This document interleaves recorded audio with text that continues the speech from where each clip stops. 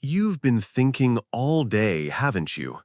Turning ideas around in your mind like pebbles in your palm, trying to make them fit, trying to make them shine. The hours pass, the coffee cools, the page stays blank. And now here you are, not quite awake, not quite asleep, searching for something more than answers. Maybe a quiet place, maybe a voice to guide you home. So let me whisper something to you now, just as the world outside begins to hush. There is a way through the tangle, a way that does not require force or perfection, a path that does not begin with knowing, but with unknowing. You don't have to fix everything tonight. You don't even have to understand. You only have to listen, softly, as if you were listening to the wind through pine trees, or the breath of someone you love as they fall asleep beside you. This is not a lecture. This is not advice. This is a journey we'll take together, one word at a time, one breath at a time. And tonight, you'll hear stories. Not loud ones, not demanding ones, but stories like stones smoothed by water. Stories to rest your head on. Stories that ask nothing of you except that you be present. This is Zen. Not the Zen in books or the Zen in temples, but the Zen that hides between thoughts. The Zen that lives in the pause between two heartbeats. Zen that understands how hard it can be to try and create something in a noisy, crowded world. Zen that forgives you for not having the answer right now. If you're tired of overthinking, if you feel like you've lost your way in the maze of your own mind, if you just want to breathe again, without the pressure to solve, to succeed, to impress, then you're exactly where you need to be.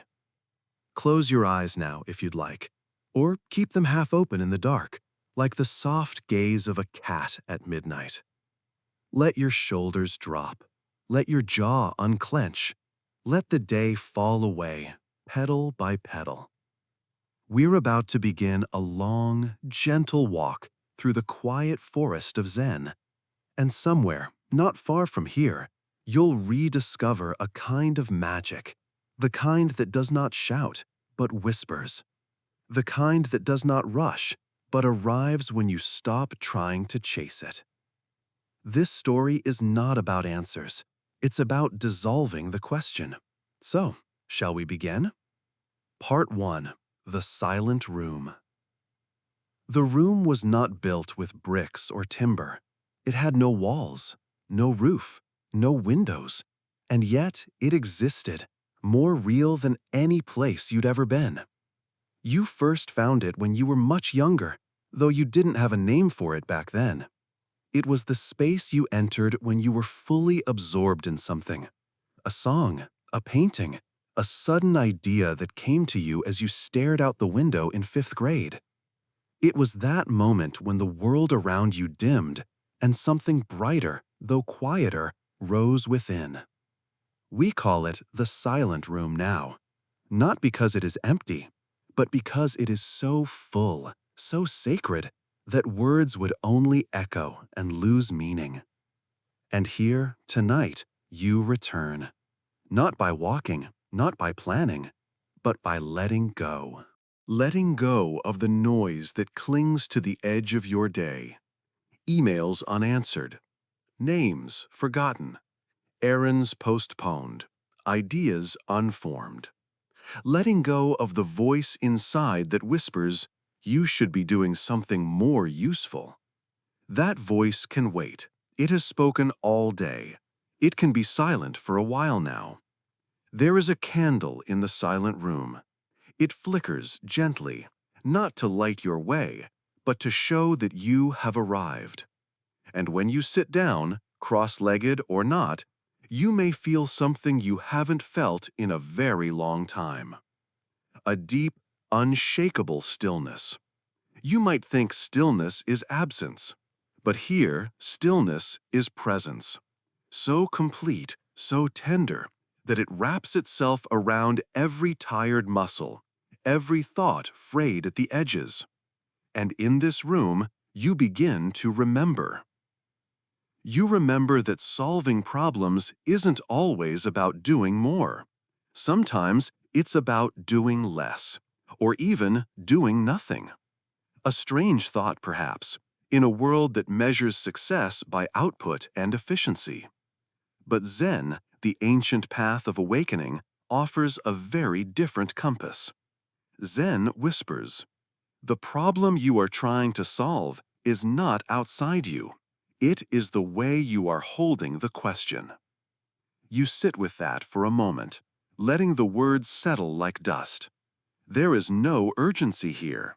Time breathes with you.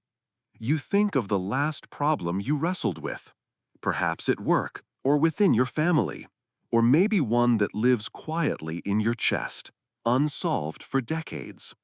You chased it with logic. You argued with it in your head. You tried to control it, contain it, fix it. But what if you just sat with it now? What if, instead of reaching for a tool or a strategy, you simply observed the problem without judgment? This is the first principle, the first door, not to solve, but to see. In Zen, the master might offer you a riddle instead of a rule. Something like, what is the sound of one hand clapping? To the Western mind, this is nonsense. To the Zen mind, it is freedom. Why? Because the moment your mind lets go of trying to answer, something unexpected happens. It relaxes, it softens, it begins to feel the space between the thoughts. And in that space, clarity arrives. Not as a marching band or a floodlight, but as a whisper, a glimmer, a feather landing in your palm. The silent room invites you to try this tonight. Choose one problem, just one. Not the biggest, not the most urgent, just one that's been sitting with you quietly. Close your eyes now, yes, even as you listen. Feel your breath. Not deep, not forced, just natural, like a leaf moving in the wind. Now, picture your problem not as a knot to be untied, but as a guest who has entered the room with you. You don't need to speak, you don't need to explain. Just be together. Sit side by side. Breathe. This is the beginning of a new relationship. With the problem, yes, but more importantly, with yourself. Because Zen isn't about making things disappear. It's about making space. As you sit, you might notice thoughts rising. I should be doing something. This won't help. I'm wasting time. Let them come, then let them go. Like birds landing on a branch, then taking flight again. You are not here to judge them. You are here to witness. The Zen masters often spoke of beginner's mind, a state where the world becomes new again, and even old problems look different. In the silent room, you begin to feel that shift. The edges of your fear blur. The urgency softens. The mind begins to listen. And somewhere in the center of that listening, you feel something ancient and familiar. A stillness that is not passive, but deeply creative. This is the paradox. Stillness is not the opposite of movement. It is the origin of it, like the pause before music, like the inhale before speech, like the silence before an idea takes form. Tonight, you are not here to conquer the problem. You are here to become the space in which solutions can arise, gently, like moonlight through trees. And tomorrow? Tomorrow, you may return to the world with a clearer gaze. You may take action, write, speak, decide. But for now, just be. Be in this room. Be with your breath. Be with yourself. The candle is still burning. Its flame is steady. It does not demand. It simply is. And so are you. Shall we continue? In the next part, We'll walk further into this quiet forest of thought and meet a powerful companion, beginner's mind. But for now, let your eyelids fall. Let your breath guide you deeper. You are already solving by not trying to solve. We are only beginning. Part 2.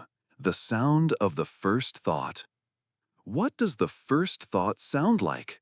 Not the loud one, not the one shaped by news headlines or to-do lists, but the very first spark, the moment your awareness flickers, before it's buried beneath noise. In the silent room, we wait for that moment. We don't chase it, we don't name it. We let it arrive on its own. And tonight, as the shadows deepen outside your window and the hush of night presses gently against the walls, you may begin to hear it. That first thought. It does not shout. It is not clever. It has no urgency. It is the breath between breaths, the shimmer before language, the pause where life gathers its strength. In Zen, they call it mushin, the mind of no mind. It is not empty in the way a cup is empty. It is empty like a sky that holds stars, vast, open, unburdened. When we face a problem, creative or otherwise, we often reach for tools, strategies, formulas, frameworks. But Zen begins elsewhere. Zen asks, who is the one reaching? Who is the one struggling to solve? And what if that you stepped aside for a moment? Not vanished, not erased, but simply softened, like a ripple dissolving back into the lake. So, take another breath now. Let it be long. Let it be slow. Let your shoulders drop again. Let your tongue rest on the roof of your mouth. Let your eyes close halfway. This isn't sleep, but it's near it. This is the space where ideas are born before you know you had them, and it begins with listening. Tonight, I want to tell you a story, not from a book, not from a study, but from a place deeper than those things. Once, a young monk asked his teacher, "Master, what is the secret to solving the great questions of life?" The teacher did not answer. Instead, he poured tea into the student's cup. He poured and poured until the cup overflowed, and hot tea spilled onto the table. "Master," the student cried, "the cup is full." "Yes," the master said. "And so is your mind." The student blinked. "What does that mean?"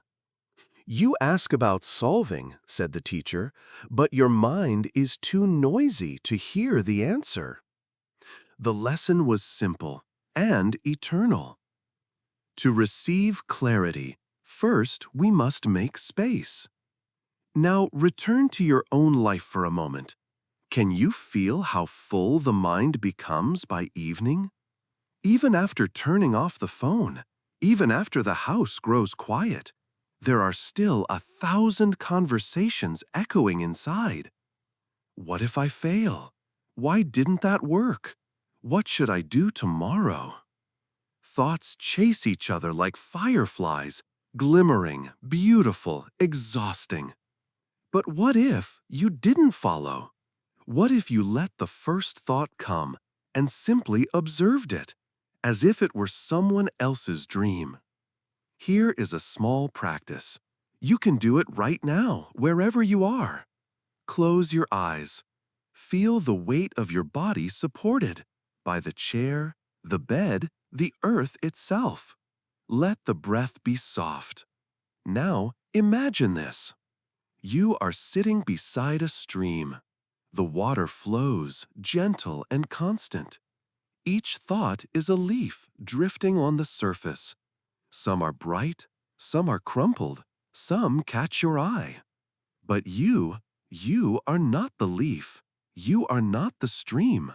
You are the one sitting beside it, watching, breathing, unmoving. In this stillness, you begin to hear something deeper than thought. The space between the leaves, The rhythm beneath the mind, the sound of the first thought. It is not about the content, it is about the quality. You are cultivating awareness, not to fix, not to judge, but to notice. And in noticing, you awaken something far more powerful than strategy: presence. Zen tells us this. The mind, when quiet, becomes clear. And in clarity, creativity flows not from effort, but from emptiness. Think of an artist staring at a blank canvas, a writer gazing at a blinking cursor, a designer overwhelmed by options. The problem is not always lack of ideas, it is the noise that surrounds the ideas. And so, the Zen approach is this. Do not force, do not chase, do not solve. Sit, breathe, observe the first thought, let it rise and pass. And what remains is where the real solution begins. Now, as you rest deeper into this story, let me leave you with one more image.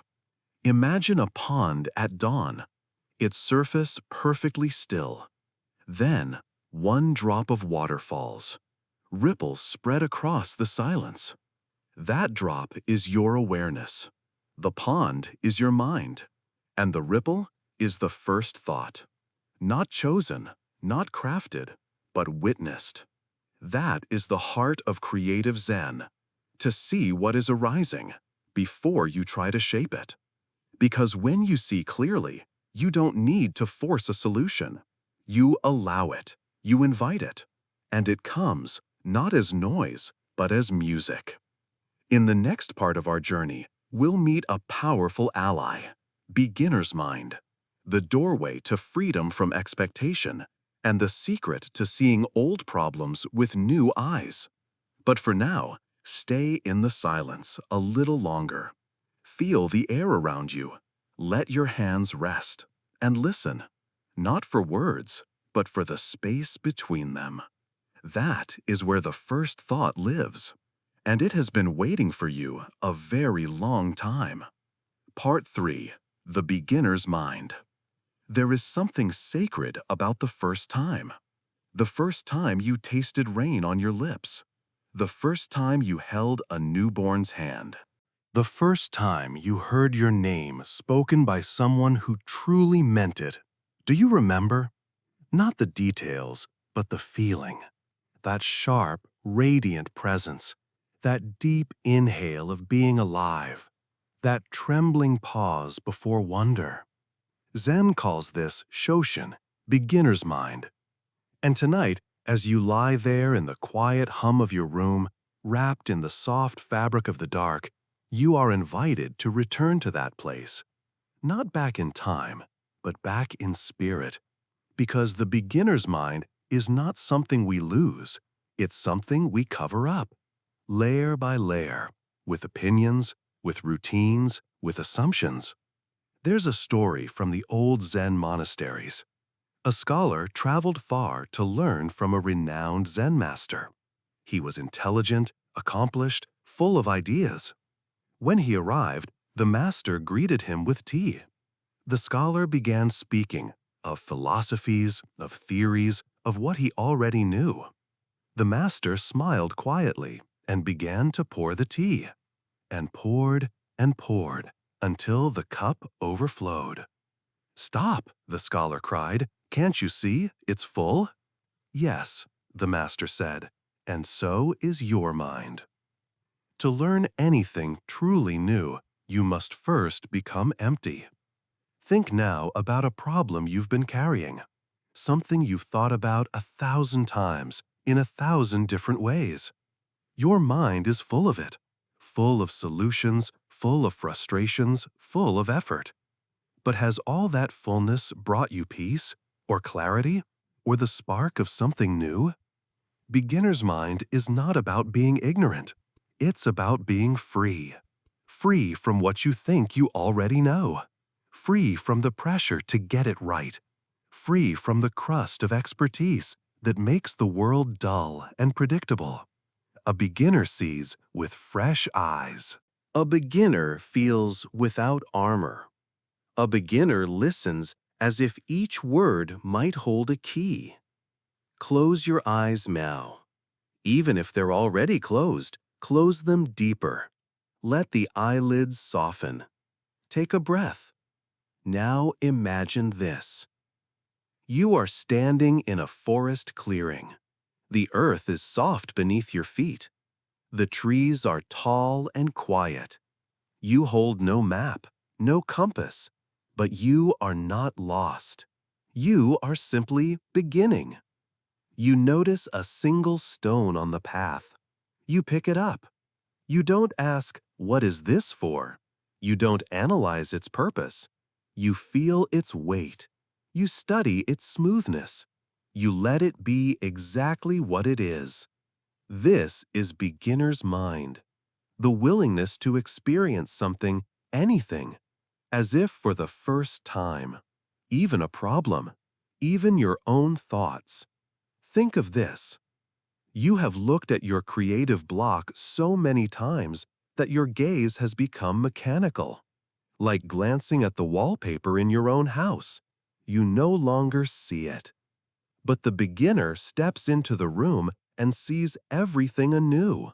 The crack in the paint, the shadow in the corner, the way the light falls across the floor. Now, can you look at your own thoughts that way? Can you observe them, not as obstacles to be removed, but as guests to be welcomed? Beginner's mind isn't passive. It's curious. It doesn't say, "I know what this is." It says, "What is this?" That question, soft, open, reverent, is the seed of every creative solution you have ever been waiting for. You see, most people ask how to solve a problem. But Zen invites you to ask, how am I seeing the problem? Because the mind that created the difficulty cannot always create the answer. It is too entangled, too familiar. But the beginner's mind stands apart. It watches. It tilts its head and says, "What if it's not what I think it is?" And in that moment, new possibilities bloom like sudden blossoms after rain. Let me tell you something strange. You don't need more knowledge. You need more wonder, more space between thoughts, more openness to mystery. Zen does not solve problems the way machines do. Zen softens them, unfolds them, turns them over in the light. And suddenly, what felt like a wall reveals a door. Not because the problem changed, but because you did. Here's a small practice. Let's do it together. Think of one belief you've held for years about yourself, about your creativity, about how things should work. Now, set it down beside you. Not forever, just for this moment. And now look again. Not with the expert's eye, but with the child's. Ask yourself, what if I'm wrong? What if this isn't a failure, but a beginning? What if the block is not a wall, but a sign to turn a little left or right? What if your most difficult challenge is your greatest teacher in disguise? The beginner smiles, not because they know the answer, but because they are finally free to ask the question without fear. And so tonight, as you rest into the hush of your pillow, I offer you no advice, no tip, no fix, only this. Let yourself begin again. Let your thoughts be tender. Let your ideas arrive like fireflies. Let your breath remind you, this is not a performance. This is a discovery. And you are not the expert anymore. You are the beginner. And the beginner is the one who will change everything. In the next part of our journey, we will meet an old foe, one you know well, the monkey mind, the restless thinker, the one who swings from doubt to doubt, never pausing long enough to find peace. But tonight, you sleep in the arms of not knowing. And in that space, a seed of creativity takes root. Quiet, unseen, but growing. Part 4. Clouds over the mountain. In the early morning, before the sun warms the hills, the mountains wear their clouds like shawls. They do not resist the mist. They do not try to shake it off. They simply stand, still, and let it pass. This is what the old monks taught about the mind. They said, "Thoughts are clouds. Let them come. Let them go. You are the mountain." But, of course, it doesn't always feel that way. Sometimes we feel like the cloud, blurred, scattered, lost in motion. There is a name for this restlessness, a name as old as Zen itself, the monkey mind. Restless, grasping, swinging from branch to branch, from regret to worry, from idea to fear, from plan to distraction. The monkey never stops moving, and when you try to create, it whispers, "Do this instead. You're not good enough. What if this is wrong? What's for dinner?" It pulls you away, again and again, from the still place inside you where true insight lives. Let's be honest, we all know the monkey. Some days it dances, some days it screams, and some days it wears a suit and calls itself productivity. But no matter what mask it wears, the monkey mind has one goal: to keep you away from now, from this breath, from this page, from the solution that only lives in stillness. Let's pause for a moment. Wherever you are, sitting, lying down, wrapped in covers or silence, just notice. Is your mind jumping? Has it wandered in the last minute? 3 minutes? 30? Don't judge it. Just observe. That's the first secret. You don't have to stop the monkey. You only have to stop following it. Let it swing. Let it chatter. Let it do what monkeys do. And you? You sit under the tree, watching, breathing, smiling. Because now you remember, you are not the monkey. You are the mountain. When creative problems strike, when ideas tangle, when nothing fits, when your thoughts spin like leaves in a storm, you may feel compelled to fix it right away, to push harder, to think faster, to solve louder. But Zen invites something else, something softer. It says, sit, watch the clouds, trust the sky. Because the sky doesn't argue with the storm. It doesn't chase the wind. It holds all of it, quietly, lovingly, until the weather changes. And it always changes. Let me tell you a story. There was a poet who lived near the sea. Every morning he would sit with his notebook, waiting for inspiration. But the thoughts came loud, too loud. What if I never write again? What if today is wasted? What if I'm not as good as they say? Day after day, the poet fought the monkey. He tried mantras. He tried music. He tried more coffee. Nothing worked. Until one day, he did something different. He made tea. He lit a candle. He sat by the open window. And when the monkey began to dance, he did not resist. He said, "Yes, I see you. Thank you." And then he turned to the page and wrote his first poem in months. Sometimes the monkey only calms when it feels seen, when it knows you are not trying to cage it, but simply letting it be. And in that gentle acceptance, a space opens, a breath, a flicker of stillness between thoughts. And in that flicker, ideas arrive, not like fireworks, but like soft rain on dry earth. Tonight, try this. Imagine your thoughts are monkeys, each with a name, a color, a personality. One is loud and anxious. One is tired and grumpy. One is clever and convincing. Invite them to sit in a circle. Give them fruit, smile. And then sit in the center of your own mind. Let them chatter, let them play, but don't chase them, don't become them. You are the quiet observer. You are the listening ear. You are the soft ground beneath the trees. And soon, the monkeys grow still, because nothing feeds their frenzy like your attention, but nothing calms them like your presence. Zen doesn't ask you to control the mind. It asks you to return. Return to the breath. Return to the body. Return to this moment, where the problem is not as sharp as the thought that holds it. The real barrier to creativity is not lack of ideas. It's the fear beneath the noise. And when that fear is met with awareness, not reaction, it melts, like fog when the sun rises.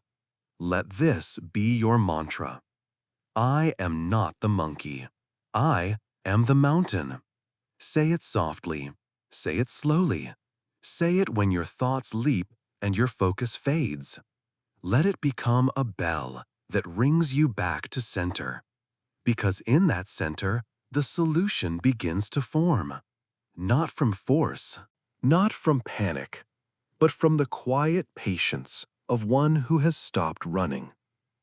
As we draw this part to a close, you might still hear the monkeys. That's okay. They may never be silent forever. But now, you know how to sit with them, to breathe with them, to let their chatter pass like clouds over the mountain. And in that passing, you remain, calm, steady, creative. In the next part, we will enter the stillness more deeply and explore how to sit with the problem itself. No tools, no timeline, just you and the art of not solving. We'll call it sitting with the question. But for now, rest easy. Let the clouds drift. Let the monkeys sleep. You are the mountain, and the mountain does not chase. It simply waits, and in waiting, something beautiful begins. Part 5, Sitting with the Question. There is a strange thing that happens when you stop looking for the answer. The question begins to change, not because it's solved, but because it softens. It loses its sharpness. It stops digging. It becomes a shape, a presence, not a wound. This is what Zen teaches us. Not all problems are meant to be solved right away. Some are meant to be sat with, like a friend who doesn't need fixing, just company. Tonight, let's sit, not to solve, not to strategize, not to escape, but to be with the question, the one that won't leave you alone, the one you circle around late at night, the one that shows up whenever the room gets quiet. What should I do? Why can't I move forward? Am I doing it wrong? Will this ever work? You don't need to answer. You don't need to silence it. You don't need to figure it out before sleep. You only need to sit and listen. In the old Zen temples, there were no desks, no chalkboards, no formulas, just cushions and silence. And the question was not a puzzle to crack, but a companion to hold. Imagine that. Imagine treating your hardest question not as an enemy, but as a guest. Not as something to conquer, but something to host. Offer it tea. Offer it stillness. Offer it your attention, not your reaction, and see what changes. Let's try something together now. Find your breath. Not the deep breath they tell you to take when you're upset, just your normal soft breath. The one that rises and falls like waves that have known the shore forever. Feel it, follow it, let it slow you down. Now, bring your question to mind. Not all of them, just one. The one that feels warm behind your ribs. The one you pretend isn't there when you're busy. The one that knocks softly just before sleep. Let it sit beside you. No words, no analysis, just presence. Breathe. You are not here to fix it. You are here to witness it. And that witnessing is where wisdom begins. There's a parable in Zen. A student came to the master, his face tight with worry. He said, "Master, I cannot sleep. My mind is filled with questions." The master nodded. "Good," he said. "Now go sit with them. Let them teach you." The student frowned. "But what if I sit and nothing happens?" "Then," said the master, "you will finally hear something true." You see, answers often come not when we search for them, but when we stop chasing. When we become quiet enough to feel what's beneath the question. Is it fear? Is it grief? Is it longing? Or is it simply the echo of your deeper self asking to be met? You cannot force clarity, but you can make space for it. And sitting with the question is how you do that. You may be wondering, but what if I don't get anywhere? And the answer, whispered softly in the dark, is you are already somewhere. You are here. You are breathing. You are witnessing. And that is enough. In Zen, not knowing is not a flaw. It is a doorway. It means you're open, receptive, curious. And curiosity, true, quiet curiosity, is the fertile ground where real solutions grow. Not clever ones, but wise ones. The kind that don't come from panic, but from presence. Now let me ask you something. What happens inside when you let go of urgency? When you stop demanding answers like a courtroom judge? When you allow yourself to rest inside the question without needing to resolve it? Notice. Notice the space that opens. Notice the softening. Notice the way your body exhales without you telling it to. That's what the question needed. Not pressure, not performance, but patience. Here is an image. You're sitting by a lake at twilight. The sky is soft with color. The wind is quiet. You hold your question like a stone in your lap. You don't throw it. You don't hide it. You simply feel its shape, its weight, its silence. And in that moment, you realize the question is not your enemy. It's your mirror. It shows you where you are, what you long for, what you fear. And if you can sit with it long enough, without flinching, without fixing, it begins to show you something else. Who you really are beneath the needing to know.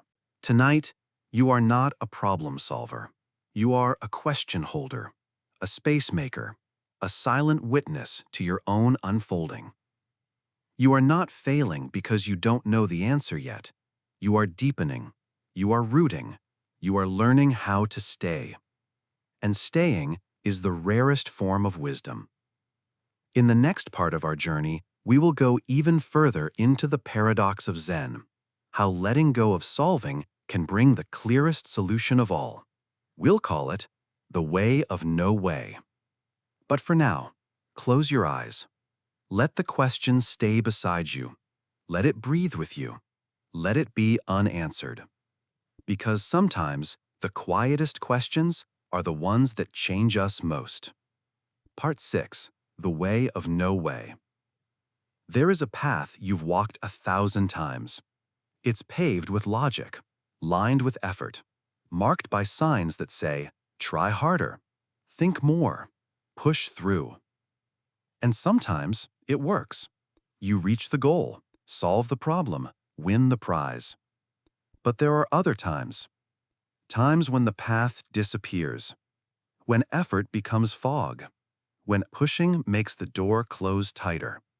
And then you find yourself at the edge of something ancient, something strange and beautiful, the pathless path, the way of no way. Zen is not about abandoning reason. It is about seeing its limits. Because some problems, especially creative ones, cannot be solved with more force. They require surrender, not of intelligence, but of control. They ask you to unclench, to step aside, to dissolve into the question like salt into warm water. And in that dissolution, the unexpected begins to form. Tonight, I want to invite you to step off the well-lit road. Not forever, just for now. Take off your shoes. Let your feet feel the earth. Let the map fall from your hand, and walk into the forest with no path. This is the way of no way, where you do not chase the solution. You become still enough to let it find you. There is an old koan, a Zen riddle without a logical answer. It goes like this. A man is hanging from a tree by his teeth. His hands cannot reach a branch. His feet cannot touch the ground. Another man beneath the tree asks him, "What is the meaning of life?"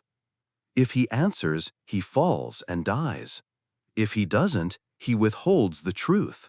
What should he do? Students ponder this for weeks, months, years, trying to solve it. But the point is not the solution. The point is what happens inside you when you realize there is no way through it using reason alone. That's when something deeper wakes up.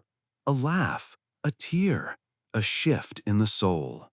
A moment when you stop thinking and begin to see. In your own life, there are problems like this, ones you circled for years, ideas that won't unlock, feelings that won't name themselves. You've brought logic, you've brought expertise, you've brought everything you know, and still the door remains closed.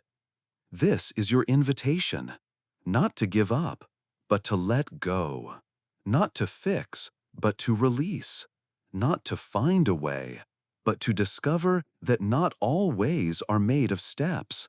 Some are made of silence and waiting and trust. Let me tell you a story. There was a calligrapher in ancient Japan, renowned for his flawless brushstrokes. He was asked to create a scroll with the character for peace. But that morning, his hand trembled. His mind was clouded. He tried once. The ink bled. He tried again. The lines were crooked. He tried a third time. The brush slipped. Finally, in frustration, he threw down the brush and walked into the garden. There, he watched the wind move through bamboo. He listened to a crow call from a distant tree. He did nothing. When he returned, he picked up the brush without thinking and wrote peace in one perfect stroke. The scroll became legendary, and in the margin he wrote one small note. The hand moved when the self disappeared. That is the way of no way. When you stop trying to be brilliant and become empty enough for brilliance to pass through you. When you stop reaching for the answer and realize the answer is made of everything you already are, but haven't yet let be. Let's practice. Sit or lie down. Let your body be heavy, not tense, not perfect, just present. Bring to mind a problem, a creative block, a decision, a question. Now say softly, aloud or inside, I let go of solving. I trust the space. Feel what happens. You may feel resistance. That's okay. You've been taught your whole life to move forward, to act, to fix. But here, in this moment, you practice another kind of strength. The strength to wait, to listen, to allow. Zen teaches that true solutions come not from force, but from alignment. When the inside becomes quiet enough, the outside shifts, not because you manipulated it, but because you stopped interfering. You are not lazy for stepping back. You are not weak for not knowing. You are not failing by surrendering. You are aligning with the deepest creative current in the universe, one that has never rushed, one that flows in silence, one that builds worlds in the pause between thoughts. Tonight, as your body settles, as your eyes grow heavy, as your mind floats between wake and sleep, I ask you to trust something older than knowledge. The part of you that does not push. The part that watches the stars without needing to name them. The part that already knows what the answer feels like, even if it hasn't taken shape yet. Trust that part. It's waiting. It always has been. In the next part of our journey, we'll explore two great metaphors of Zen: bamboo and stone. How to be soft enough to bend and strong enough to stand still. But for now, let yourself dissolve into the night. Let your thoughts drift. Let your body rest. Let the question float away on the breath of not knowing. And in that breath, a quiet beginning begins again. Part 7. Bamboo and Stone. In the Zen garden, there are two things that remain through every season: the bamboo and the stone. The bamboo bends with the wind, sways with the rain, bows with the snow, but never breaks. The stone is still, solid, unmoving. It weathers the same storms, but with silence and strength. Together, they teach a lesson that no teacher can give in words. And tonight, as you breathe in the hush of your room, you are invited to become both. Creative problems do not always ask you to be brilliant. They ask you to be balanced, to be both flexible and grounded, open and steady, soft and firm. Too much stone, and you become rigid. You resist all new ideas, cling to what worked before, and shatter when life shifts unexpectedly. Too much bamboo, and you lose your center. You bend too far, say yes to too much, forget your shape. But when you carry both inside you, you enter a new kind of power. The power to respond without being swept away. Let's begin tonight by imagining a moment from your past, a time when you faced something difficult, maybe a failed project, a conversation that didn't go as planned, a dream that didn't unfold the way you hoped. Now ask yourself, did I meet it like bamboo or like stone? Did I bend too easily, saying yes when I meant no, losing myself in the current of others? Or did I hold so firm that I refused to grow, closed off new ideas, protected my ego like a fortress? There is no judgment here, only noticing. And in that noticing, you begin to choose more wisely next time. You begin to ask, how can I be both? In Japanese Zen, there is a word shin.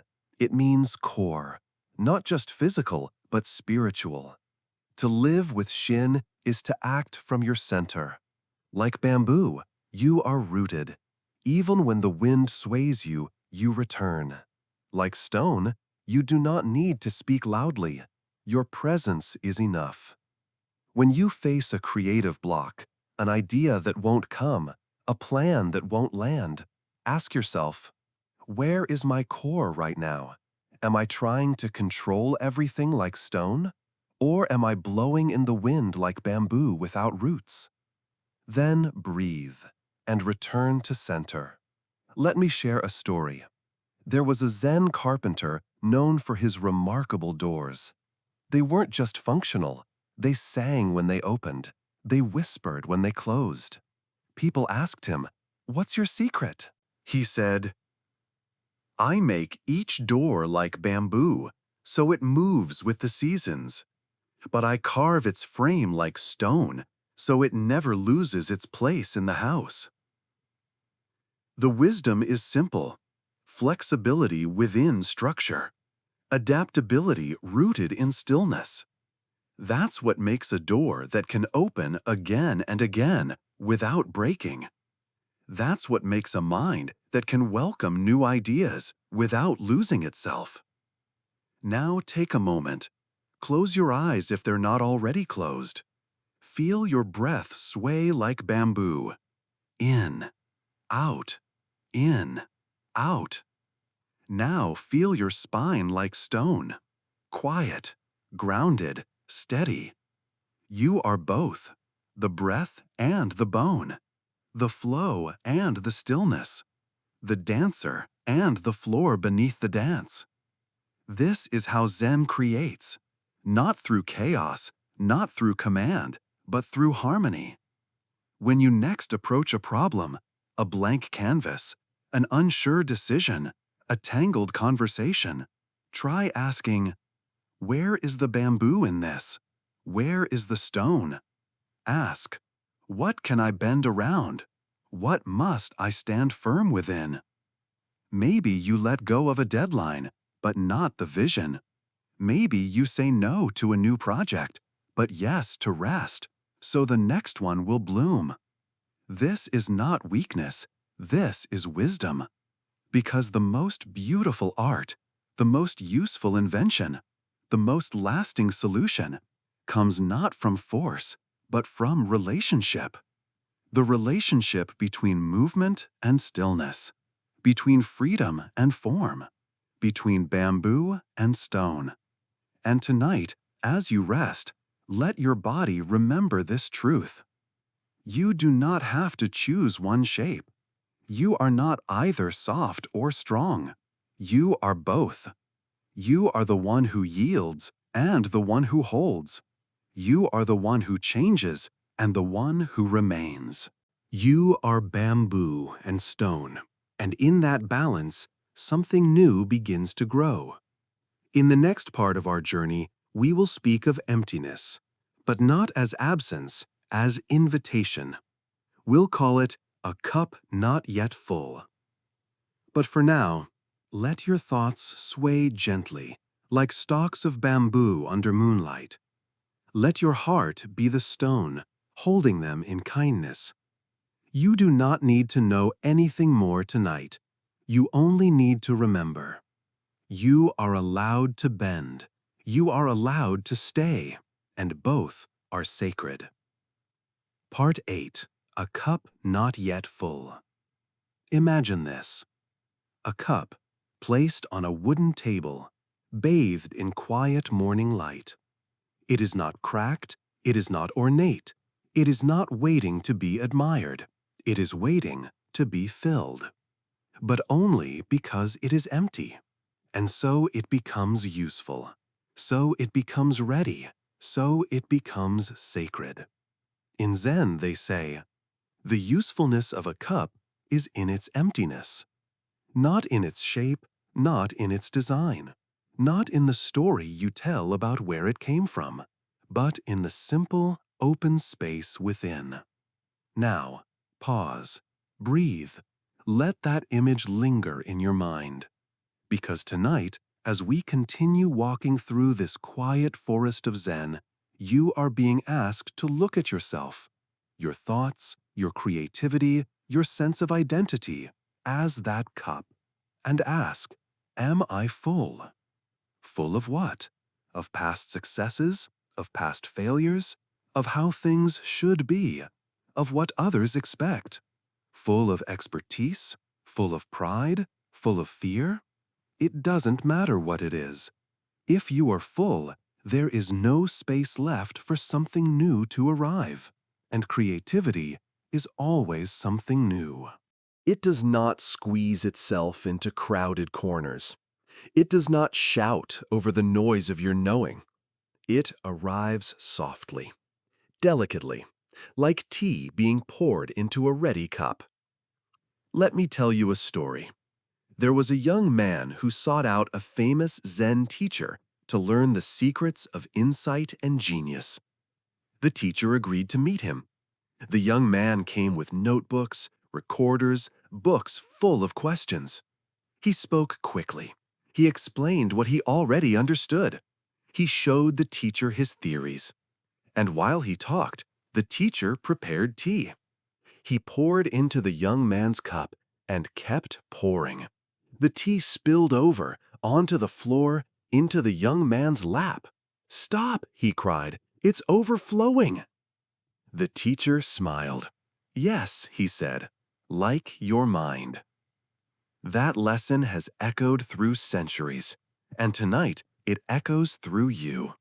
Because maybe you too have come to your creative challenges full of answers, full of shoulds, full of familiar tools, full of pressure to already know. And so the tea cannot reach you. Not because you are unworthy, but because you are full. Now, close your eyes if you haven't already. Let your hands rest, open and loose. Breathe in, breathe out. Feel the space around you. Now bring to mind the cup inside you, the place where ideas are meant to arrive, where clarity is meant to settle. And ask without judgment, what am I full of? Just notice. No shame, no rush to fix, just awareness. That awareness is already a kind of emptying. Zen invites you to be empty, not as a lack, but as a readiness. Emptiness is not the absence of value. It is the absence of arrogance, the absence of assumption, the absence of the noise that says, I already know. When we become empty in that way, we become receptive. Receptive to the unexpected, to the unfamiliar, to the wisdom that doesn't come from the ego, but from the stillness beneath it. Think about the last time you learned something truly new. Not something you already suspected, not something that confirmed your beliefs, but something that surprised you. It likely came when you weren't performing, when you weren't proving, when you weren't trying to be right. It came when you were listening. And listening, deep, true listening, only happens in the space between thoughts, in the empty places, in the open cup. Let's practice. Take a slow breath.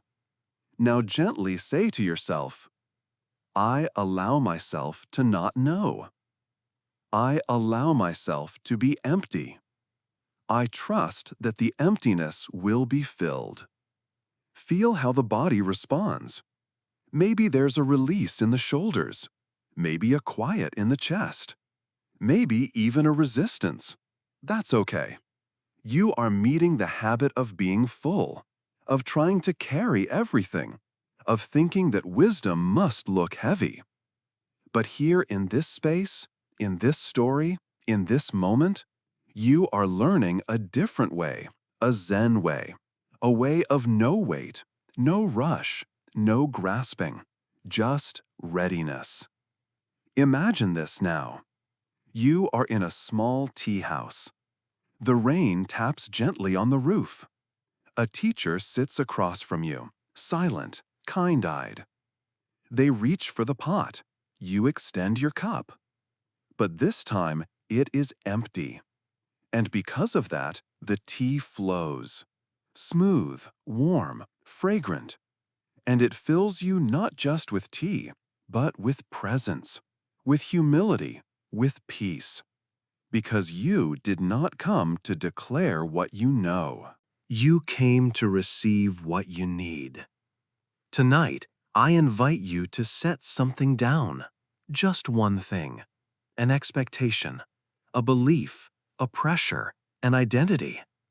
Not forever, just for this evening. Set it beside you, gently.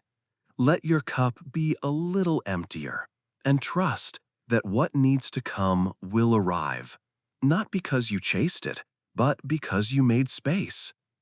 In the next part of our journey, we'll follow the stream of that space into the beautiful state known as flow like the stream. But for now, rest in your readiness. Rest in your openness. Let the tea pour slowly, drop by drop, into the cup of your quiet. You do not need to know. You only need to make room, and that room will become the doorway. Part 9. Flow like the stream. If you've ever stood beside a stream and watched the water move, not crashing, not rushing, but gliding, then you already understand something about the Zen way of solving problems. The stream doesn't force its way forward. It doesn't fight the rocks. It doesn't stop when blocked. It curves. It slips through. It finds a way by becoming the way. And that is what we call flow. Modern psychologists talk about flow as a mental state of complete immersion, when the writer forgets time, when the musician becomes the melody, when the builder feels the hammer move as if by itself. But Zen knew this long before science gave it a name. Zen teaches, when the self disappears, the action becomes whole. And tonight, in this quiet space of listening, you are invited to remember what that feels like. Because flow is not just for artists, it is for everyone. And especially for those facing something they don't yet know how to solve. Let me ask you this. Have you ever tried so hard to fix a problem that the trying itself became the block? Like pushing a door that was meant to be pulled. Flow does not come from pressure. It comes from alignment. From the moment when you are no longer fighting the river, but letting yourself move with it. Imagine again the stream, clear, cold, endlessly moving. It does not ask for permission. It does not stop to doubt. It simply listens to gravity, to the slope of the earth, to the shape of the stones beneath it. And in that listening, it finds its path. Now ask yourself, where in my life am I pushing the river? Where are you trying so hard to force a solution that you can no longer feel your own breath? Where have you mistaken struggle for strategy? There's a Zen saying, the obstacle is the path. It means this: the rock in the stream is not there to stop the water. It is there to teach the water how to move. Likewise, your creative block, your frustration, your uncertainty is not your enemy. It is a stone. And your job is not to smash through it, but to listen to it, to sense its edges, to feel your way around it, to become so present that you no longer need to plan. You simply move, like water. Tonight, let us practice flow. Close your eyes if they're not closed. Let the muscles of your face soften. Unclench your jaw. Let your hands fall gently where they are. Now imagine this. You are a stream. You begin in the high mountains, snowmelt, clear and cold. You move downward. You feel the pull of the earth beneath you. You do not question it. You simply follow. A branch blocks your way. You slide under it. A rock rests in your path. You split, gather, and rejoin on the other side. You do not need a map. You do not need permission. You are the stream. And your intelligence is in your motion. Flow is not reckless. It is not surrender to chaos.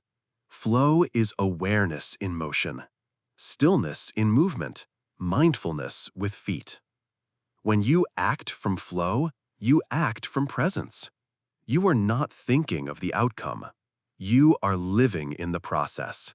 And suddenly, the next step becomes clear. Not because you calculated it, but because you were there, completely, when it appeared.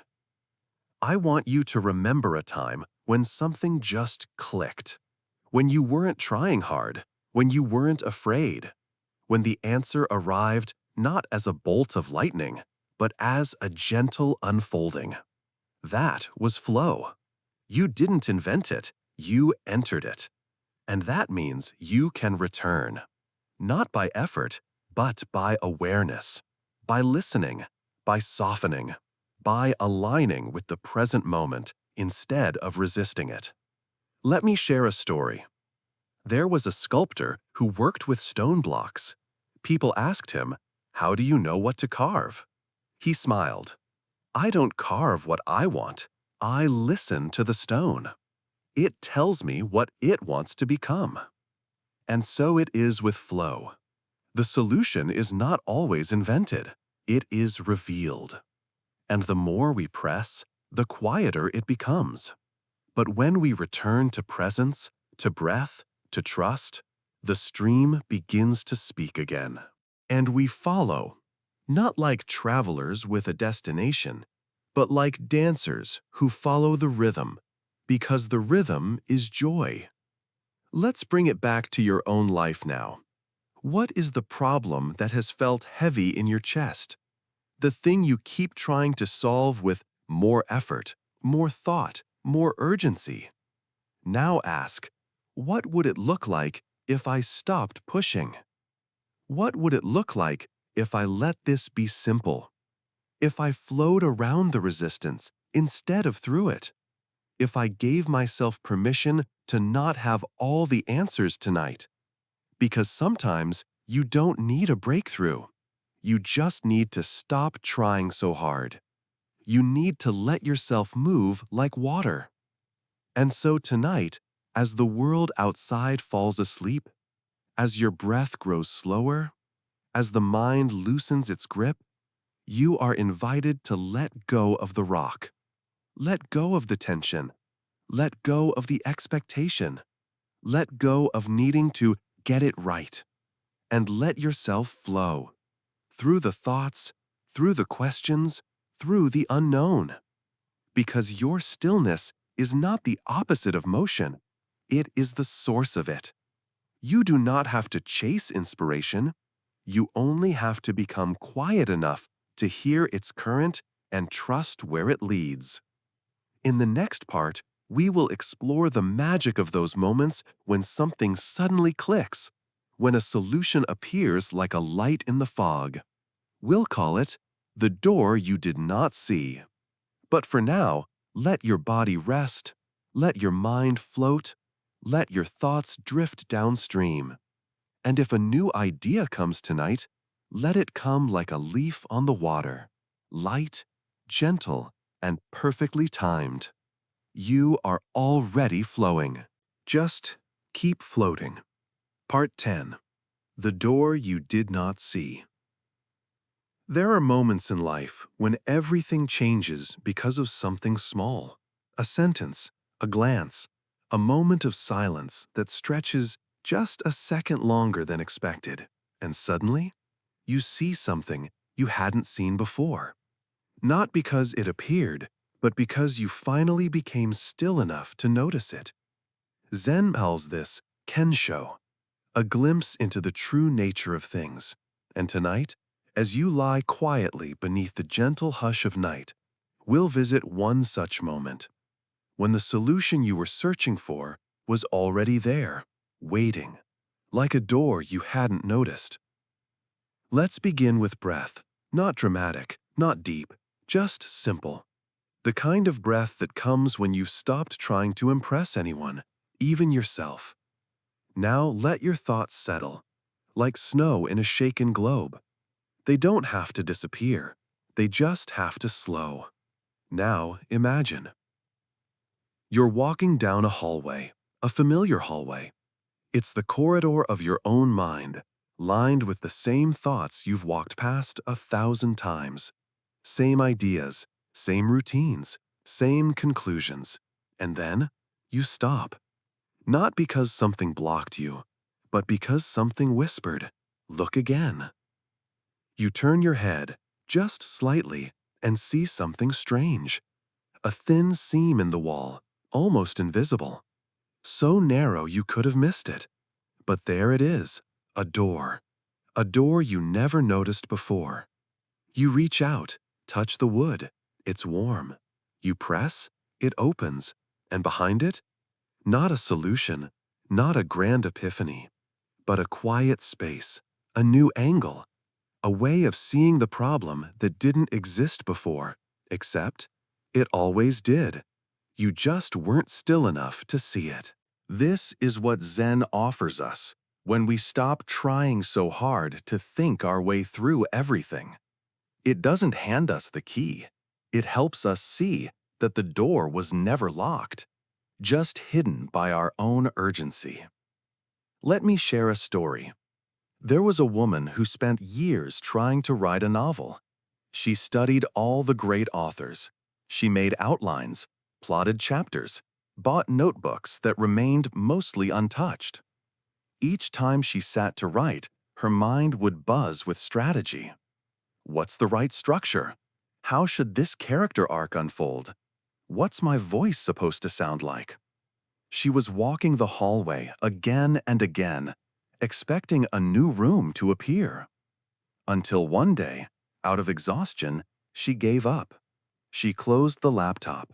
She sat at the kitchen table with nothing but a cup of tea and the sound of the rain. And then, without thinking, she reached for the napkin beside her and wrote the first line of the book. It came through not as a plan, but as a whisper, a door she hadn't seen before. You've had these moments too. Maybe not while writing, maybe while driving, or showering, or watching a bird on a wire. The answer slipped in sideways, not when you tried harder, but when you softened. This is the paradox.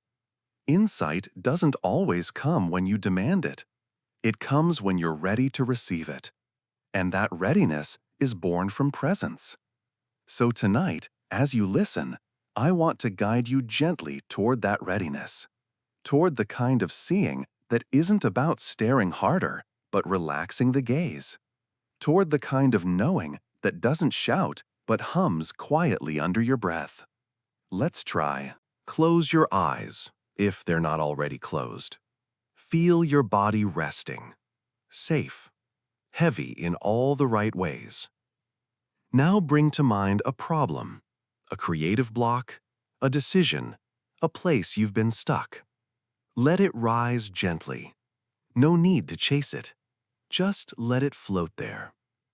Now ask yourself, is there something I'm not seeing?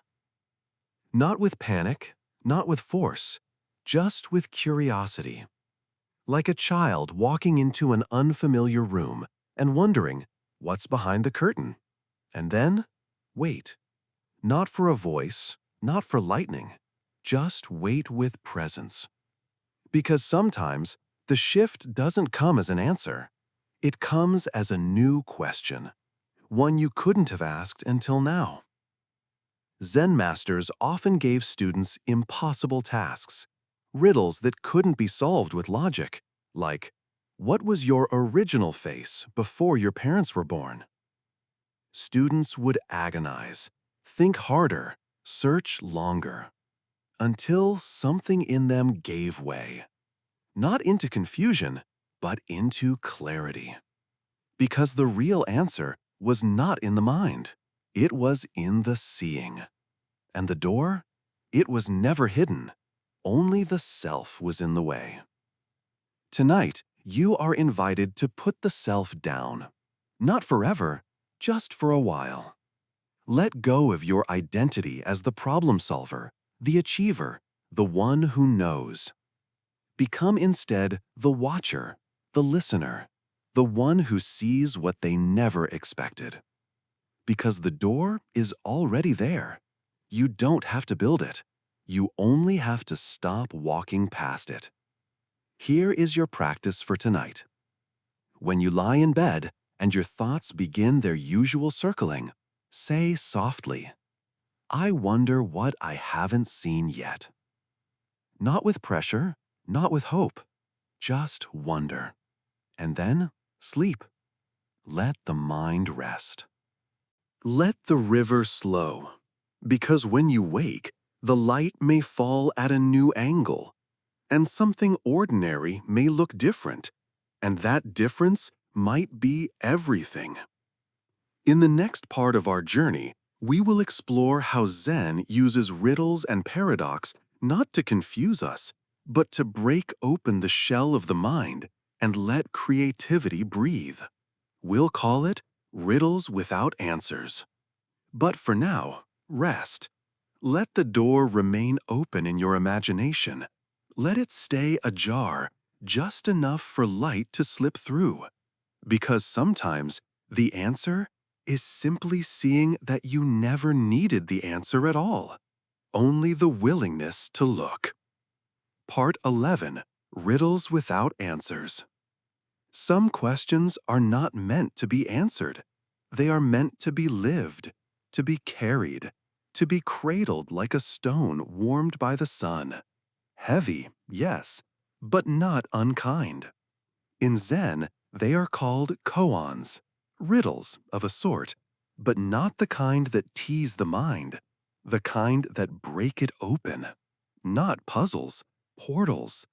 And tonight, as you lie with the soft rhythm of breath in your chest, you are invited to meet them, not to solve them, but to be changed by them. Here is one. What is the sound of one hand clapping? You hear the words, and immediately the mind begins to spin. It tries to make sense, to calculate, to solve. It wants to get it right. But the Zen master would smile and say, "There is no right, there is only presence." Because the koan is not asking for an answer, it's asking for awakening. Another one. If you meet the Buddha on the road, kill him. Shocking, isn't it? But this koan is not about violence. It is about attachment. It whispers, if you cling to the idea of enlightenment, you've already lost it. Because true insight cannot be possessed, it can only be embodied. And creativity, like awakening, is not something you conquer. It is something that arrives when you become empty enough to receive it.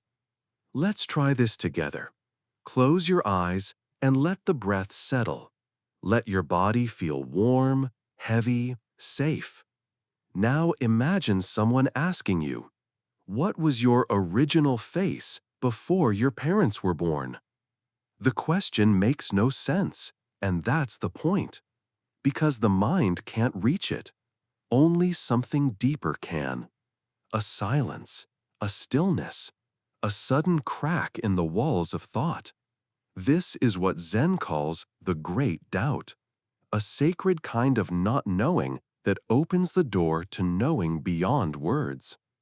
In our everyday world, we're trained to answer everything, to be quick, to be right, to always have a reason.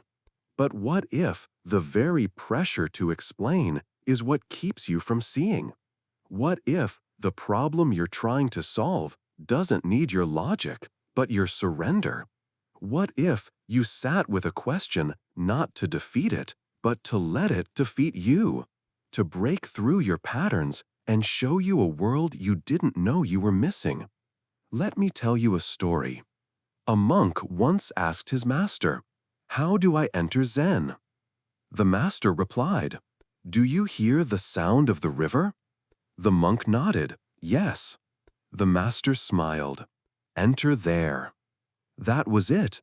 No lecture, no instruction manual, just the river, the sound, the moment, the direct experience of being alive. Creativity is not found by chasing clever thoughts. It's found in the space between them. And koans are not exercises in intelligence.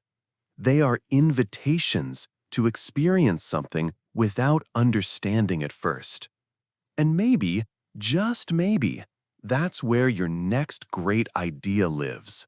Not in your plan, not in your outline, not in your carefully organized spreadsheet, but in the question you dare to hold without needing to answer it. Let's return to the breath. Soft, natural, present. And now, let's try something radical. Let's allow the mind to not know. Let's let it hang there, like a bell in the dark before the wind touches it. Ask yourself, gently, what happens if I don't solve this tonight? What happens if I just be with it? Let the question float. Let it echo. Let it dissolve into the quiet. And notice, the body relaxes, the heart slows, the grip of the mind loosens, And in that loosening, something opens. This is the paradox. When you stop demanding answers, life offers them freely. Not all at once, not with a trumpet, but slowly, subtly, like moss growing on a rock you never noticed before. And so the Zen riddle becomes not a problem to be solved, but a mirror that reflects how you meet uncertainty, how you hold discomfort, how you treat your own confusion, with fear or with wonder. Zen does not ask you to be perfect. It asks you to be real, to show up for your life not with explanations, but with attention, to be curious about what can't be named, to sit in the dark without needing the light switch. Because sometimes the most creative act is to hold the mystery and wait. Not passively, not impatiently, but with reverence. Tonight, as your thoughts drift like soft clouds, as the edges of wakefulness blur, you may find yourself sitting beside a question you've held for years.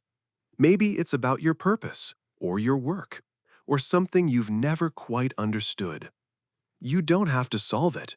You only have to sit beside it, like a koan, like a candle that burns even when no one watches. And in that sitting, a quiet miracle occurs. The mind lets go, the heart opens, and in the stillness, the answer lives. Not in words, not in logic, but in you. In the next part, we'll explore what it means to act without acting, to solve without solving. We'll call it solving without solving. But for now, rest beside your questions. Hold them like precious stones that do not need to shine to be beautiful. Let them be. And in your stillness, they will speak. Part 12, Solving Without Solving. There is a moment, subtle, quiet, almost forgettable, when the problem you've been holding no longer feels heavy. Not because it has vanished, not because you've solved it, but because something inside you has shifted. It no longer owns your breath, no longer tightens your shoulders, no longer defines you. And in that moment, without warning, without drama, you suddenly know what to do.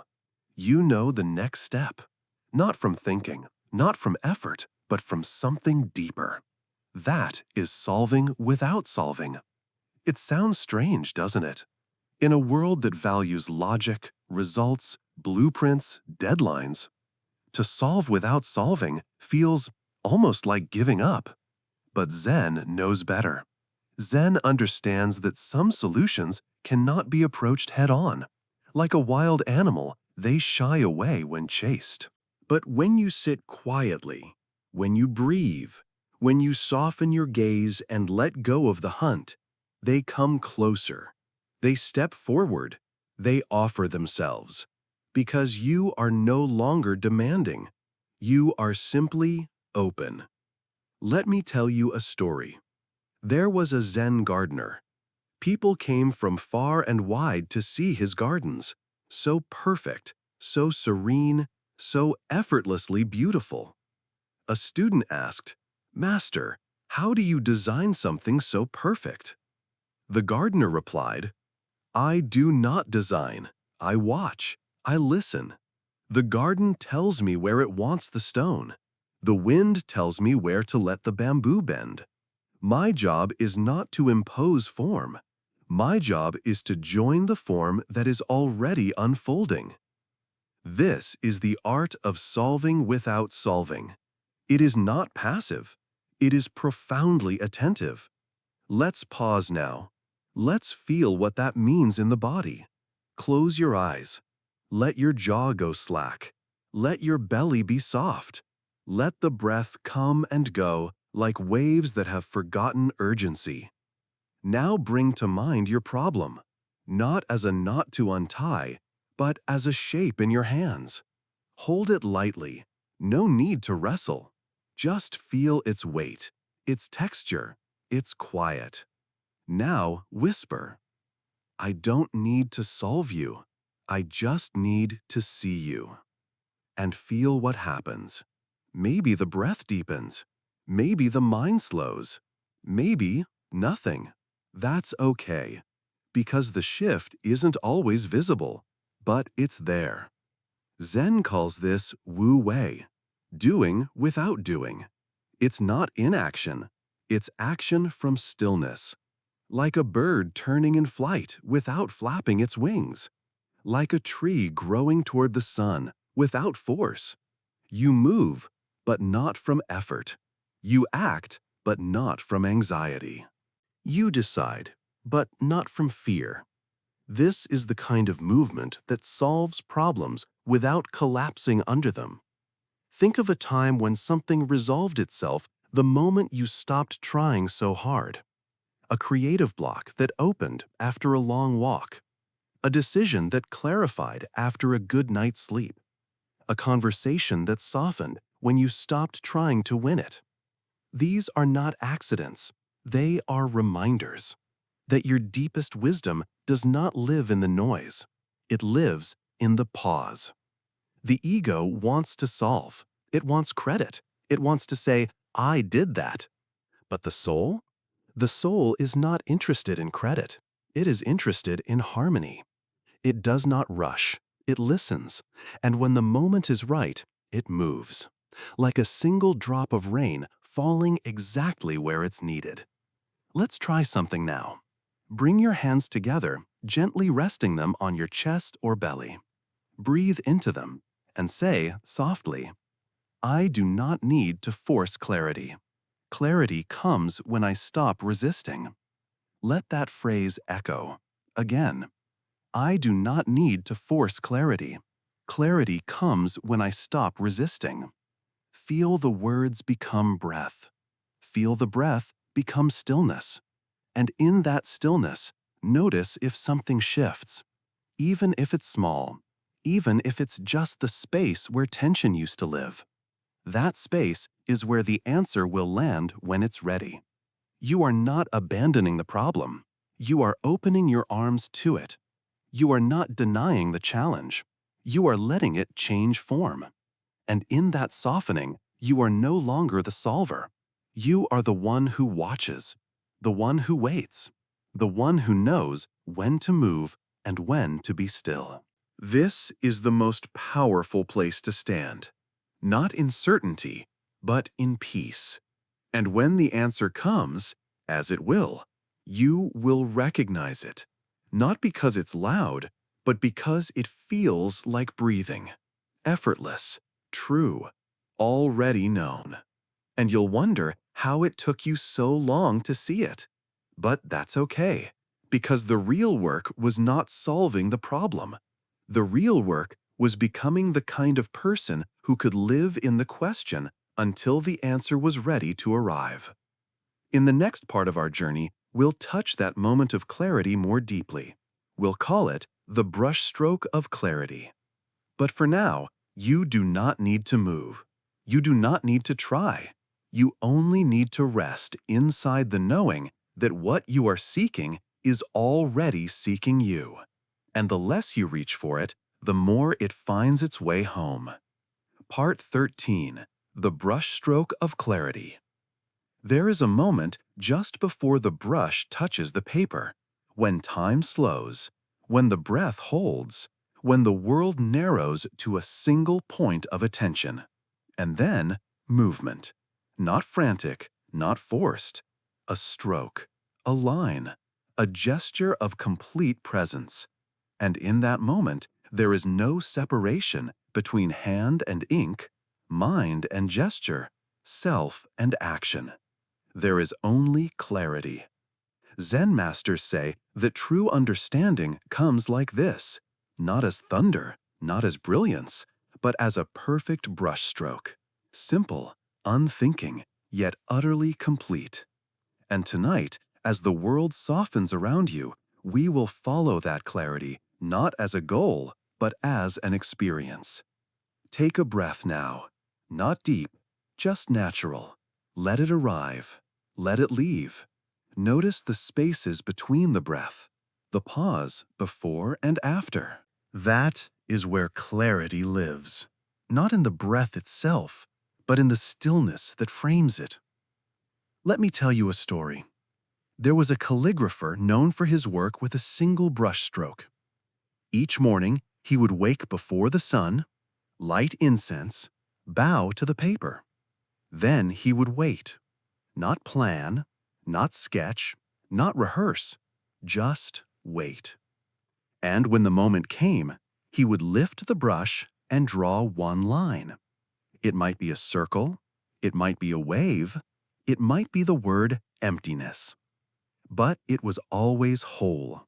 And people would ask, "How do you know when it's time?" He would smile and say, "I don't know, but the line does." This is the heart of Zen clarity. Not knowing in advance, but being so deeply present that the next move reveals itself.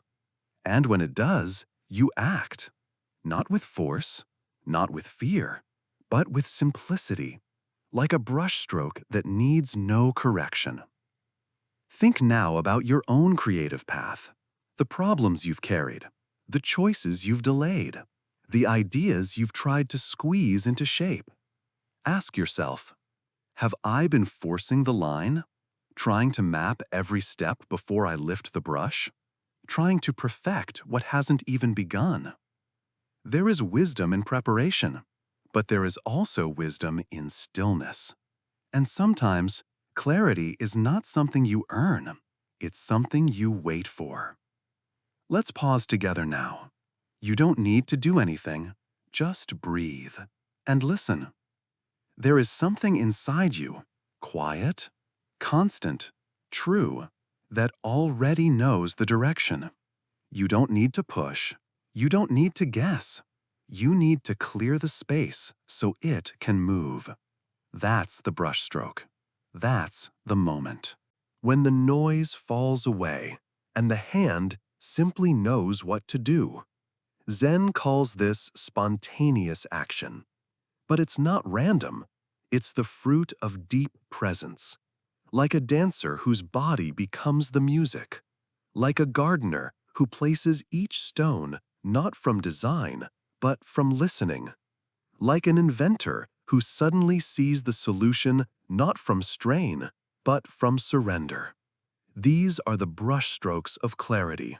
They leave no doubt because they come from the place beneath doubt. Let's practice. Close your eyes if they're not already closed. Feel the breath.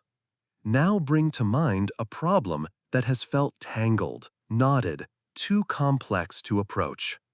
Hold it lightly in your awareness, not to analyze, just to observe. Now let go of the need to fix it. Let the tension fall, and whisper softly, "When the time is right, I will know the line to draw." Say it again. "When the time is right, I will know the line to draw." Let it sink in. Let the body believe it, because clarity is not far. It's just quiet. It arrives when you become still enough to receive it, like a soft breeze through an open window, like a ripple across still water. You don't need to chase it. You only need to stop running. You only need to sit beside your life with enough kindness to let it speak. And when it does, you will move. With the grace of a brush, with the trust of one who no longer needs to know everything before beginning. Tonight, as you rest, know this. The answers you've been reaching for are not hiding. They're waiting. For space, for silence, for your heart to become quiet enough to feel the right direction. And when the moment comes, you'll lift the brush. And it won't be effort. It will be truth.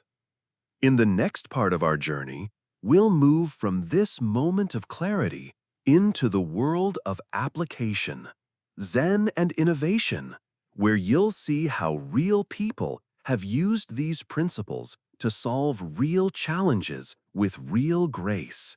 But for now, sleep with the brush resting gently in your hand. You don't need to paint tonight. You only need to dream of how effortlessly the line will come when the time is right. Part 14. Zen and Innovation. We often think of innovation as a spark, bright, sudden, dramatic, a breakthrough, a leap, a flash of genius. But Zen shows us that innovation can also be a whisper, a breath, a soft realignment of the mind that opens space for something entirely new to unfold, not by force, but by presence, not by pressure, but by clarity. Tonight, we walk gently from stillness into action, from the breath into the world, from silence into change. Because the same principles that bring you peace can also bring you solutions, real ones, surprising ones, the kind that don't just work, but transform. Let's begin with a moment in history. In the early 1970s, a Japanese automotive engineer was struggling with a design problem. The parts didn't fit, the process didn't flow. Traditional methods weren't helping. One evening, he took a break and walked through a Zen garden. As he watched the raked sand and the rhythm of falling leaves, something shifted inside him. He realized he was trying to control the system too tightly. He returned the next day and redesigned the workflow to mimic a Zen principle: minimum interference, maximum awareness. The new model reduced waste, increased harmony between stations, improved both speed and quality. It became the seed of what we now call lean manufacturing. Zen didn't provide the data. It provided the insight, the space in which something smarter could emerge. Innovation often begins where ego ends, when the need to be clever is replaced by the desire to see clearly. And that clarity doesn't come from knowing more. It comes from shedding what you think you know, just like Zen. Let me tell you another story. A renowned architect in California was stuck on a design for a retreat center. Every version felt forced, too cold, too modern. She traveled to Kyoto, walked through the moss gardens, sat in the stillness of an old tea house. She wrote nothing, sketched nothing, just watched. The way light filtered through paper walls, the way doors opened into courtyards that held no furniture, just space. When she returned home, she redesigned the entire building. Wide corridors, hidden windows, empty corners. People walked in and said, "It feels like breathing." And that was the point. Zen didn't give her the floor plan. It gave her the experience of space. And from that, new design emerged. Zen and innovation are not opposites. They are companions. Zen clears the ground. Innovation plants the seed. Zen softens the grip. Innovation flows in. Zen reminds us that what we most need may already be here if we're quiet enough to recognize it. Now pause. Feel your own breath again. Gently, softly. Bring to mind a problem in your work. Not abstract, but something real. An idea you haven't found, a process that isn't working, a change you can't quite define. Now say quietly, "I will stop looking for the answer. I will start looking for the space." Let that thought ripple. Because when you stop searching for the clever solution, you begin to sense the right one. The one that feels effortless, obvious once it appears, but impossible to grasp until you softened your grip. In Silicon Valley, some of the most successful design teams build Zen breaks into their day. Moments of stillness before brainstorming. 5 minutes of breath before collaboration. They've learned what Zen masters have always known. You can't hear the idea if the mind is too loud. You can't see the pattern if you're moving too fast. And you can't innovate if you never pause long enough to know what actually matters. Here's a practice. Tomorrow morning, before your first task, sit for 2 minutes. Not to meditate, not to empty the mind, just to listen. Listen to your thoughts, to your breath, to the silence beneath it all. And then, ask your question. Not like a hammer, like a whisper, and walk away. Trust that the answer will find its way when it's ready. That is Zen, and that is innovation. You don't need to be an inventor, or a founder, or a creative professional. You just need to be alive, present, curious.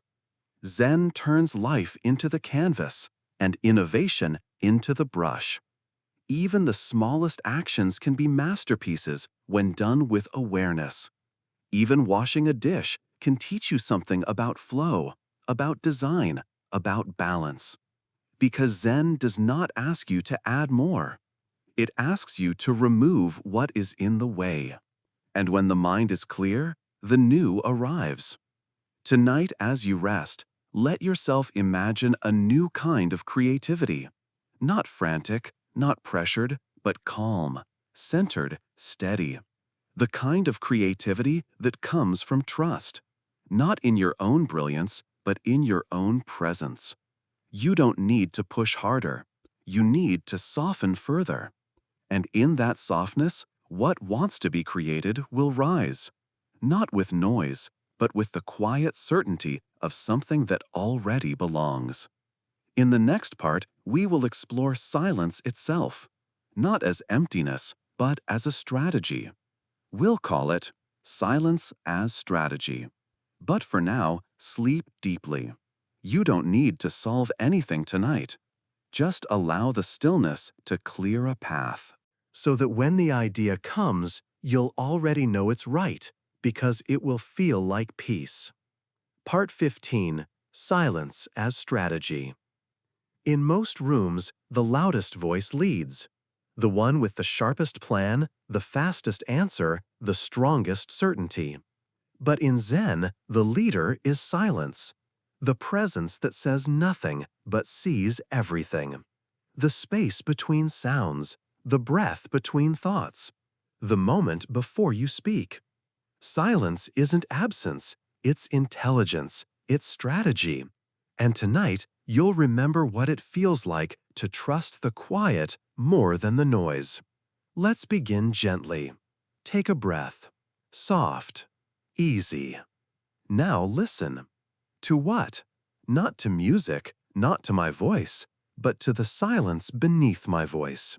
It's there, always, holding everything you hear, like sky holding clouds, like still water holding the reflection of the moon. That silence is not empty, it's wise, it's watching, and it's waiting for you to return. We've been taught to fill space with talking, with planning, with movement. But Zen shows us another way. It says, do not rush to speak. Let your words grow in silence like seeds in earth. It says, when you don't know what to do, don't do anything. Listen first. Because sometimes the smartest strategy is not a better idea, but a deeper pause. Let me tell you a story. There was a tea master in Kyoto. He was famous not for what he said, but for what he didn't. Guests would sit across from him, nervous and unsure, eager to impress or confess. He would nod, pour the tea, say nothing. And in that quiet, they found their answers. Not because he gave them, but because his silence gave them space to hear their own truth.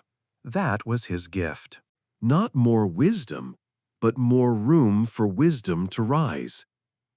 Think now of a recent conversation where you felt rushed, where someone filled every silence with instructions, opinions, urgency. Did it help, or did it cloud? Now think of a time when someone paused, waited, held your words with care, didn't interrupt, didn't fix, just listened. And in that stillness, you found clarity. That is what silence can do. It is not the absence of sound, it is the presence of listening. Let's pause together. Close your eyes. Let the breath settle.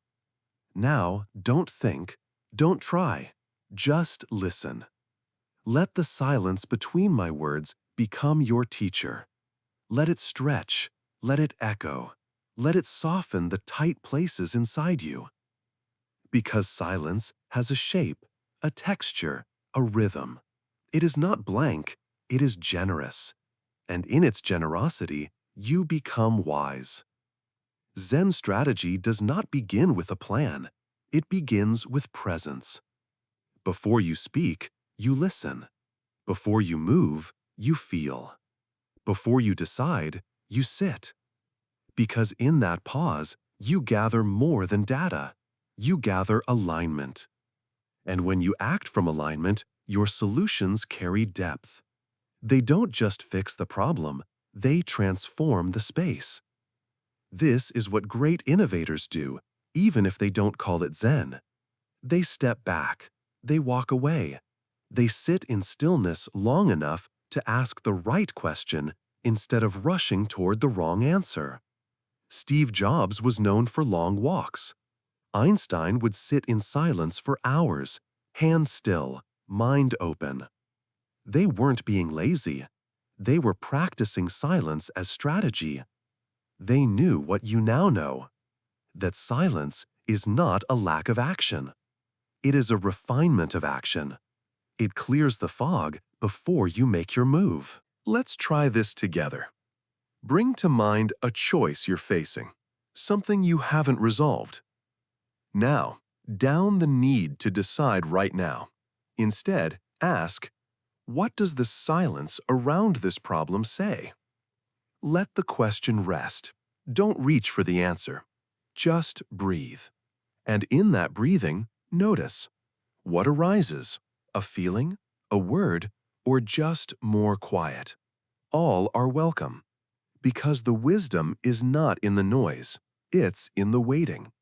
Tonight, let silence become your ally. Let it wrap around your thoughts like a warm shawl. Let it hold your questions like an old friend. You don't need to speak, you don't need to plan. You only need to trust that the mind grows clear not when it is filled, but when it is quiet. And the most powerful decisions you will ever make will begin in stillness. Tomorrow, as you enter your work, your relationships, your moments of choice, try this. Before you reply, pause. Before you send the email, breathe. Before you commit, listen. Not just to others, but to the stillness beneath your own words. It will guide you. It will never rush you. And it will always know what you forgot to ask. In the next part, we will explore a sacred Zen symbol, the uncarved block, the part of you that is whole before the shaping begins. But for now, rest in silence. Let it hold you. Let it heal you. You do not need to speak tonight. The wisdom is already speaking, inside the quiet. And it is saying, wait. The answer is on its way. Part 16. The uncarved block. Before the statue, there was stone. Before the poem, there was silence. Before the invention, there was the unknown. And before all the things you've ever created, desired, or struggled to fix, there was you, uncarved, whole, enough.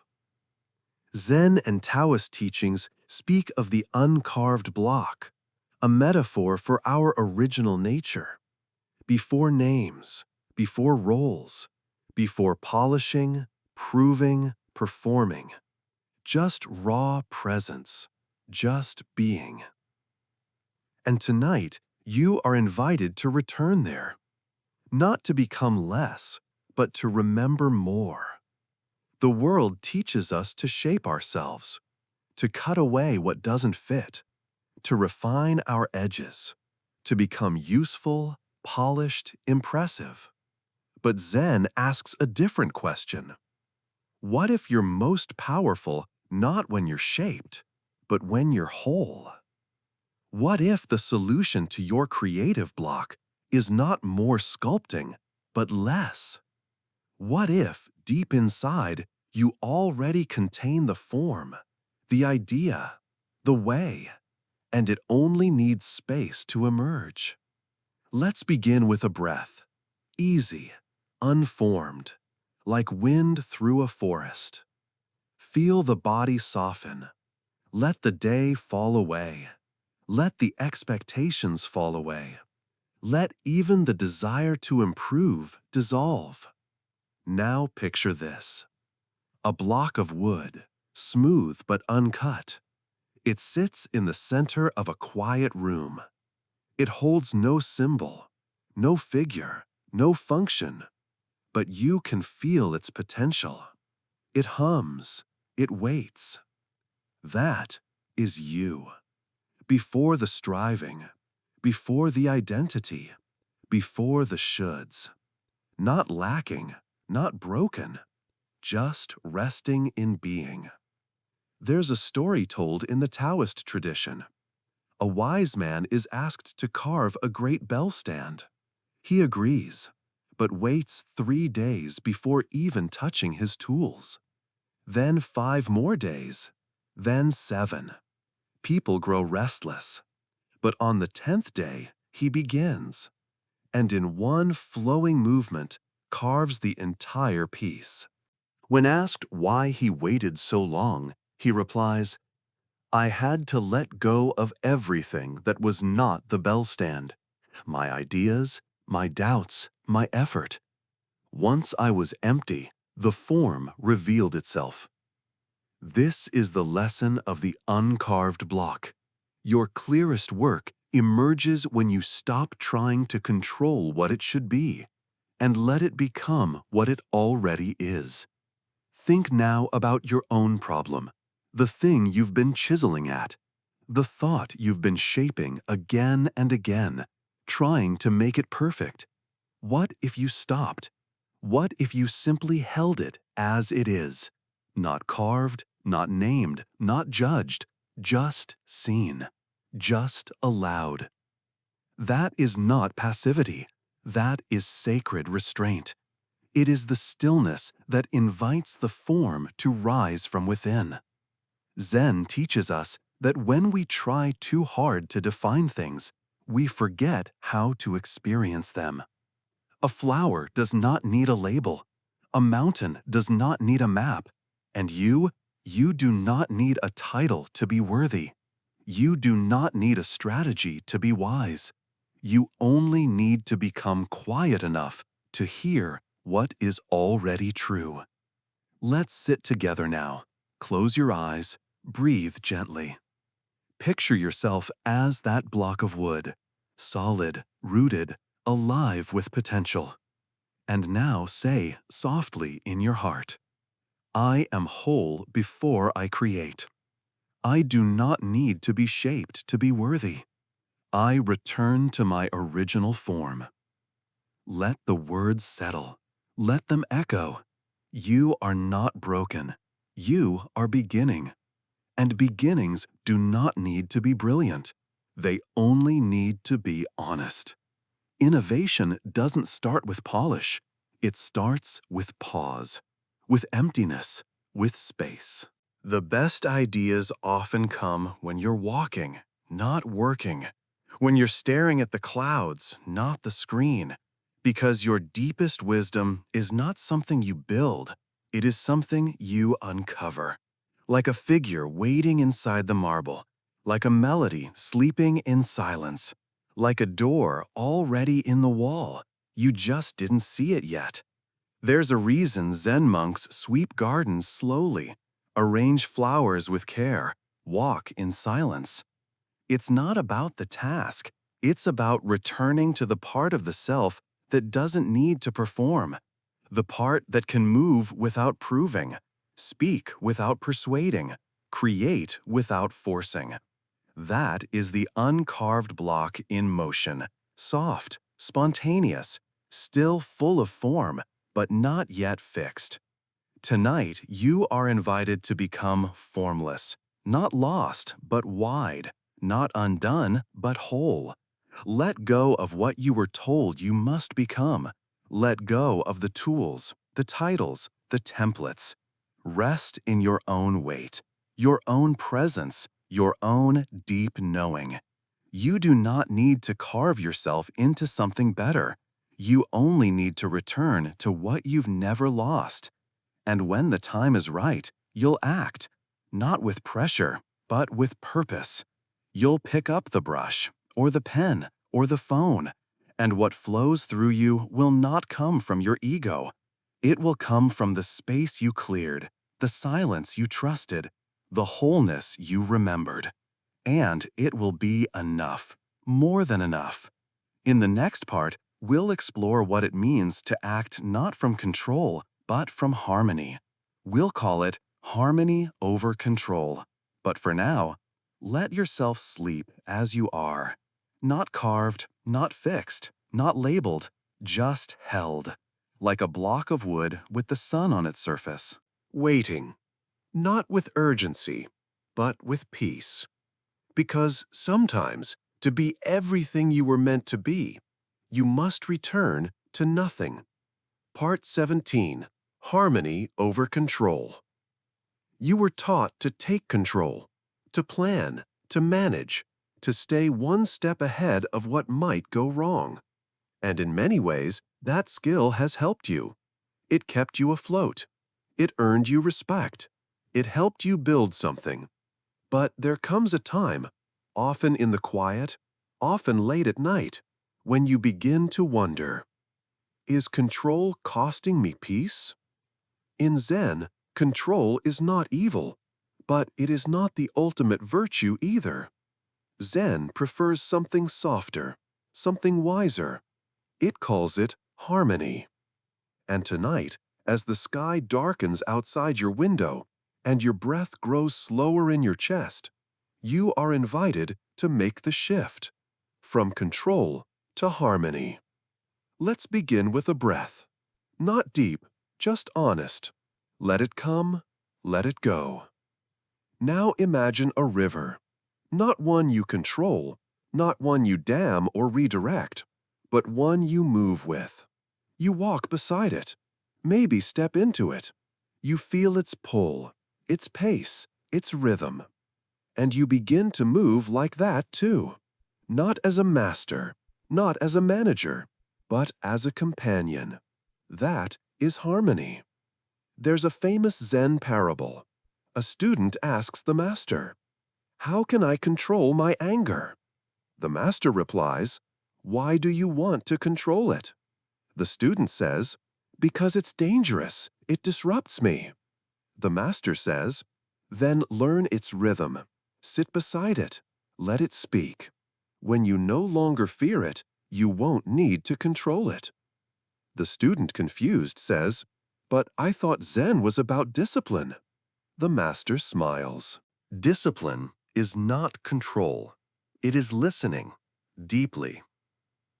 Think about your own life. How many moments have been spent trying to steer things, conversations, outcomes, your own thoughts, into a neat, predictable shape? Now ask, did it bring me peace? Or did it bring exhaustion? Because control often leads to tension, to overthinking, to brittle structures that crack when life inevitably moves in an unexpected way. Harmony, though, moves with life. It's flexible, it's responsive. It doesn't need to win, it just wants to flow. There's a difference between planning and forcing, between leading and dominating, between discipline and rigidity. Zen is not about surrendering to chaos. It's about listening closely enough to feel what wants to happen, and then choosing to support it rather than dominate it. Let's pause. Close your eyes if they're open. Feel the breath in your chest. Feel the weight of your body on the bed, on the chair, on the earth. Now think of one area in your life where you've been holding tightly, trying to control the outcome, trying to make it perfect, trying to prevent something from going wrong. Just notice that place. Don't judge, just observe. Now ask, what would harmony look like here? If I stopped trying to control this, what might flow instead? Don't rush the answer. Just sit with the question. Let it ripple. Let it breathe. Because the answer isn't in the plan. It's in the presence. Let me tell you a story. A woman was known for her incredible sense of timing. In business meetings, she always knew the right moment to speak. In design work, her instincts led her to solutions no one else saw. When asked her secret, she said something strange. I don't push. I listen for the moment that wants me. That's harmony. It's not submission, it's participation. It's choosing to enter the dance at the exact moment the music calls your name. Imagine your life as a piece of music. Are you trying to conduct it, control every note? Or are you listening for the melody so you can join it? Harmony doesn't mean giving up. It means tuning in. It means trusting that you are part of something wider than your own mind, and that this wider intelligence moves more beautifully than any plan ever could. Let's try this. Tomorrow, when something doesn't go your way, pause. Instead of resisting, ask, where is the harmony here? What can I move with instead of against?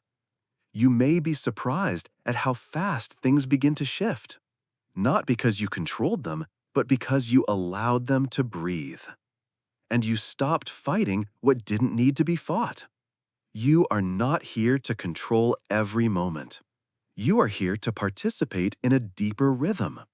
One that includes you, one that supports you, one that will never ask you to shrink to stay in control, but will ask you to listen so you can expand in harmony. Tonight, as you fall asleep, let your body soften into the music of now. No grasping, no tightening, just breath, just rhythm, just trust. You do not need to fix the river. You only need to float. Because you too are a current.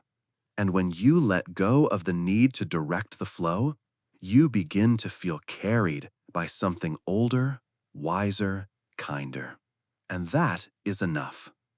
In the next part of our journey, we'll go even deeper to ask what happens when success and failure no longer define us. We'll call it Beyond Success and Failure. But for now, rest in the quiet. Let the music continue without you. Let it cradle you.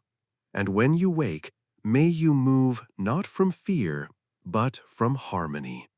Part 18, Beyond Success and Failure. There are two words that have followed you most of your life: success, failure. They linger behind choices. They echo inside decisions. They whisper through every project, every risk, every dream. And without realizing it, you began to carry them like scales, weighing each action, each conversation, each moment. Was it good enough? Did I win or lose? Did I impress or fall short? And yet, Zen gently steps in and says, let go of both. This may sound strange, even wrong. We've been taught that success is the point, the goal, the reason. But Zen sees it differently. Success and failure are both waves on the surface of the sea. They rise, they fall, they pass. What matters is not the wave, but the ocean beneath it. That is where your true self lives. And that self is untouched by praise or criticism. It simply is, whole, still, awake. Tonight, as your breath grows slower, as your body sinks deeper, you are invited to step off the scale, to stop measuring, to stop judging, to stop chasing gold stars or fearing red marks. Because when you let go of both success and failure, what remains is peace. And from that peace, something deeper can be created, not for reward, not to prove anything, but simply because it is true. Let me share a story. A Zen painter was once asked how he judged his own work. He replied, "I don't. I paint. And when the brush stops moving, the painting is done." "But how do you know if it's good?" the student asked. The painter smiled. "If I am at peace, the painting is good. If I'm waiting for applause, it is not finished." This is the path of freedom. When your value is no longer attached to an outcome. When your creativity does not depend on approval. When your joy is not tied to winning. And in that space, you find energy again. Because success and failure, they are exhausting. They bind your spirit to the world's opinion. But Zen brings you back to your own breath, to the quiet place where nothing needs to be earned, only expressed. Let's pause. Close your eyes. Feel the rise and fall of your chest. Now recall something recent, a project, a conversation, a goal. Something you judged as a success or a failure. Hold it gently in your mind. Now breathe into it. Soften the label. Imagine lifting the word success or failure off of it, like dust from a mirror, and see what remains. Effort, sincerity, presence. That is what matters, and that is what's real. There's a Zen phrase: before enlightenment, chop wood, carry water. After enlightenment, chop wood, carry water. It means this: you are not your result. You are your practice. You are your presence. You are the way you show up, again and again, regardless of outcome. And in that consistency, in that humility, something sacred is built. Not a monument, but a life. A life that doesn't need to be labeled as success or failure, because it is full either way. Let me offer you a mantra. Say it softly now. Let it become your breath. I release the need to succeed. I release the fear of failure. I return to the act itself. Let those words settle in your chest. Let them loosen something, because the most powerful place you can create from is not pressure. It is presence. It is not urgency. It is stillness. It is not hunger. It is peace. Imagine your next creation, your next decision, your next risk. What if you did it not for reward, but for wholeness? Not to win, but to express truth. What if the only question was I present for it? Did I show up with my full heart?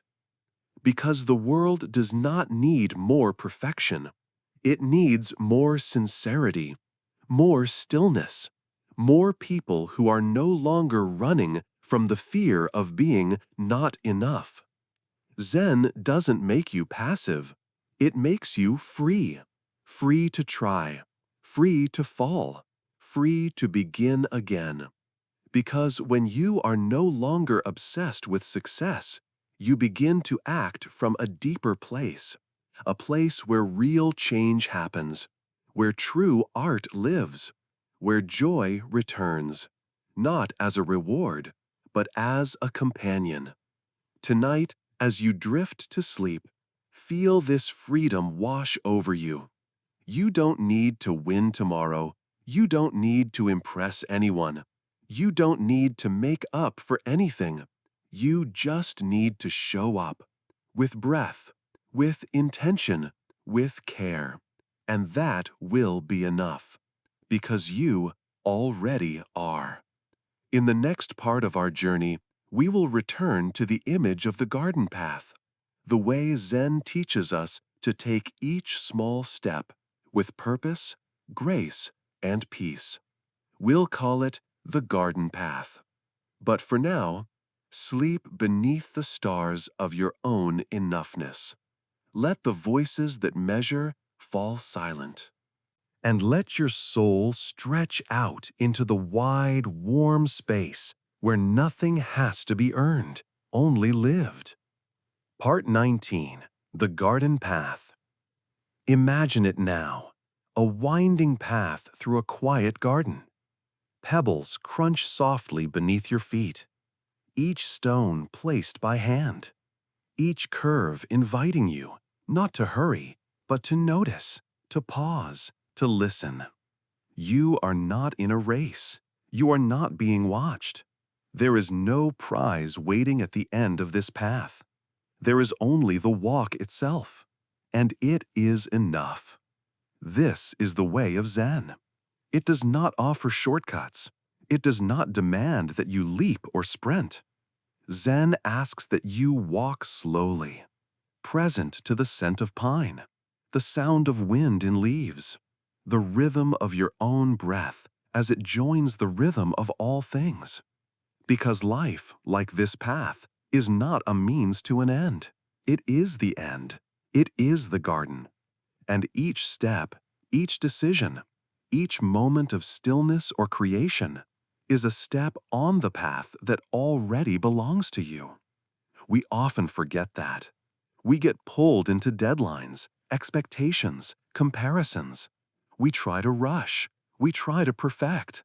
We try to make our lives into something impressive. But the garden does not try to impress. The garden grows, quietly, steadily, with no audience and no applause. It simply becomes what it is meant to be. And so can you. Let's breathe together. Inhale. Feel your weight. Exhale. Let your shoulders drop. Now imagine this. Your creativity, your work, your parenting, your relationships, your healing are not things you have to conquer. They are seeds. Some you planted long ago. Some are just beginning. And the path through your garden is not there to prove you're moving fast enough.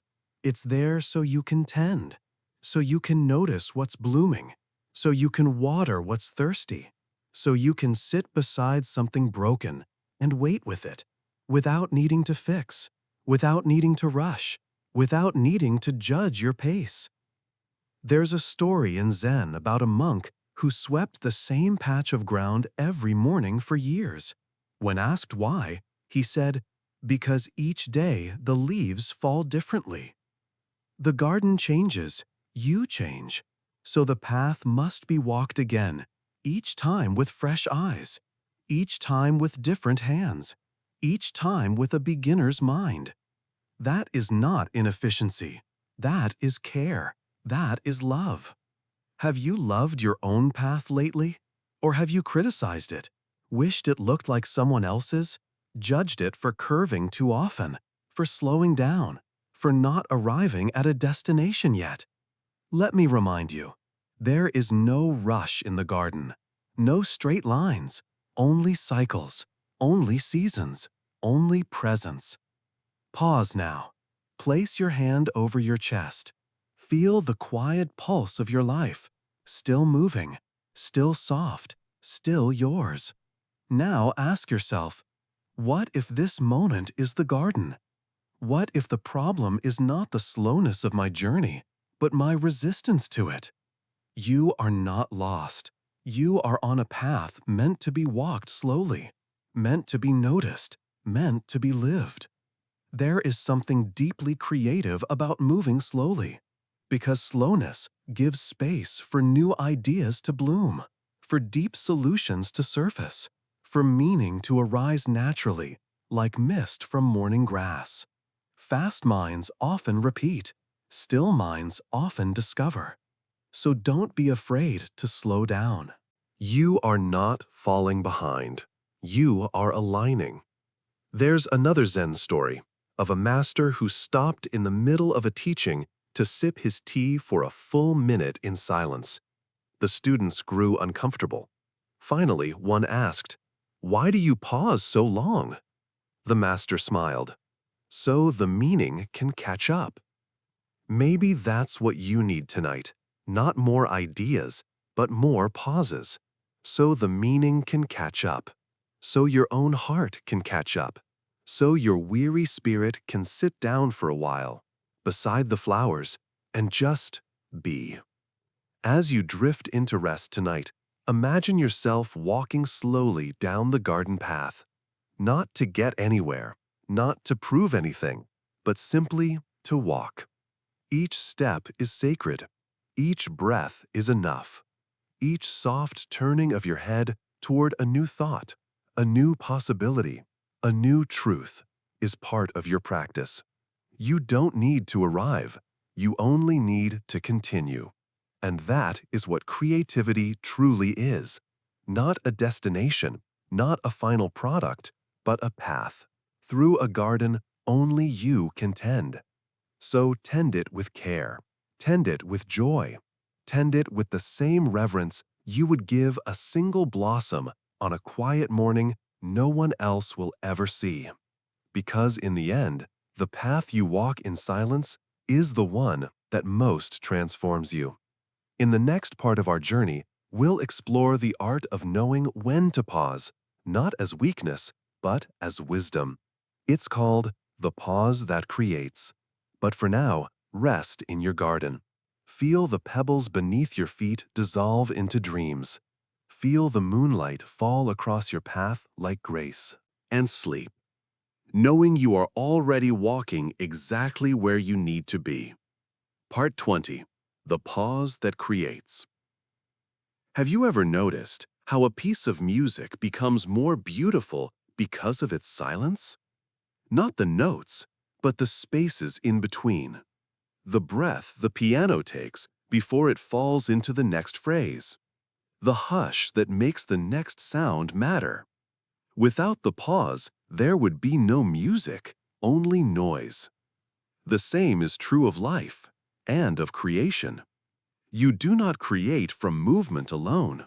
You create from stillness, from the quiet that comes after effort has ceased, from the sacred moment you are brave enough to do nothing and let something come to you. Zen calls this non-doing, not laziness, not avoidance, but active presence without action. It is not inactivity, it is deep receptivity. Like a bowl waiting to be filled by something greater than your own striving. But we are not taught to pause. We are taught to perform, to push, to hustle, even in our healing, even in our creativity. But pause. Pause is where something ancient and alive can finally arrive. Let's take one now. Inhale slowly. Feel the air swirl at the tip of your nose. Exhale. Let it fall into your chest. Now stop. Just be here. No words, no plans, no improvement. Let your breath be the only task. Let your heartbeat be your only song. This is not a break. This is the beginning of creation. There's a story of a Zen archer who waited until his breath became still before releasing the arrow. Not because he aimed better, but because in the stillness, the arrow released itself. That is the pause that creates. It is when the brush knows where to move. It is when the words come without effort. It is when the solution you were grasping for suddenly rises like a bubble through clear water, because you finally stopped stirring. So ask yourself gently tonight, when was the last time you allowed yourself to be quiet without guilt, to stop without needing to explain, to rest not because you were tired, but because you were wise? This pause is your portal. This stillness is not empty. It is where everything begins. You may be in a season of uncertainty, a time where the answers haven't come, where the path feels foggy, where the inspiration feels thin. Don't panic. You are not broken. You are pausing. Like the earth pauses in winter, like the moon pauses in darkness, like the breath pauses at its turning. In this space, life is gathering, ideas are ripening, solutions are forming, not by your effort, but by your allowing. There's a Zen koan that says, "Sitting quietly, doing nothing, spring comes and the grass grows by itself." You don't have to pull the grass. You don't have to make it hurry. You only have to trust the fertile pause and wait. Let me offer you a small practice. Next time you feel stuck, before you reach for another article, another opinion, another burst of willpower, try this instead. Sit, breathe, do nothing, listen, wait. You may feel uncomfortable, impatient, useless. That's okay. Stay there, just a little longer than usual. And notice, the clarity begins not when you chase it, but when you make room for it. So many of our greatest insights arrive in the shower, or on a quiet walk, or in the minutes before sleep. Why? Because those are our pauses. That is when the gates open. That is when the mind finally steps aside and something deeper enters. Zen does not force creativity, it invites it, with reverence, with stillness, with the humility to say, "I don't know right now, but I trust that something is coming." Pause is not the opposite of action. Pause is what makes action wise. Without it, we repeat, we react, we mimic. With it, we discover, we respond, we create something real. So rest tonight, not because you've earned it, but because it is part of the practice. The pause is sacred. The pause is the womb of what's next. Let's breathe again. This time, between the inhale and exhale, pause for 1 full second. Feel it, that still moment, that nowhere, that sacred gap between effort and surrender. Let it teach you. Let it whisper. As you close your eyes tonight, you may notice that something feels quieter, that the noise of expectation has dimmed, that the drive to produce has softened. Good. You are entering the space where real creation begins. Not from force, but from flow. Not from answers, but from awareness. You do not need to do more. You need to pause more. And in that pause, everything you've been seeking will slowly, gently begin to return. In the next part of our journey, we'll explore how to act from that stillness, how to allow clarity, once it's emerged from the pause, to guide your next step. We'll call it the step that knows. But for now, lie still. Feel the quiet gathering in your chest like soft light before dawn, and sleep, not in exhaustion, but in trust. The pause is enough. You are enough. Part 21. The Step That Knows. You've been still. You've waited. You've trusted the pause. Now, something begins to stir. Not a shout, not a command, just a gentle pull, like the tide kissing the shore. A quiet knowing rising from the depth you once called not knowing. This is the step that knows. It doesn't come from pressure. It doesn't come from plans. It doesn't come from fear or the desire to catch up. It comes from stillness, from listening, from allowing. Like a seed that breaks the soil, not because someone told it to, but because the time was right. The earth had warmed. The water had reached its core. The sun had whispered, "Now." And so it moved, quietly, naturally, without panic. That is the kind of movement you are being called to now. Let's pause together just for a moment. Close your eyes, feel your body still. And now, feel, in the silence of your breath, is there a small direction rising? A phrase? A feeling? A nudge?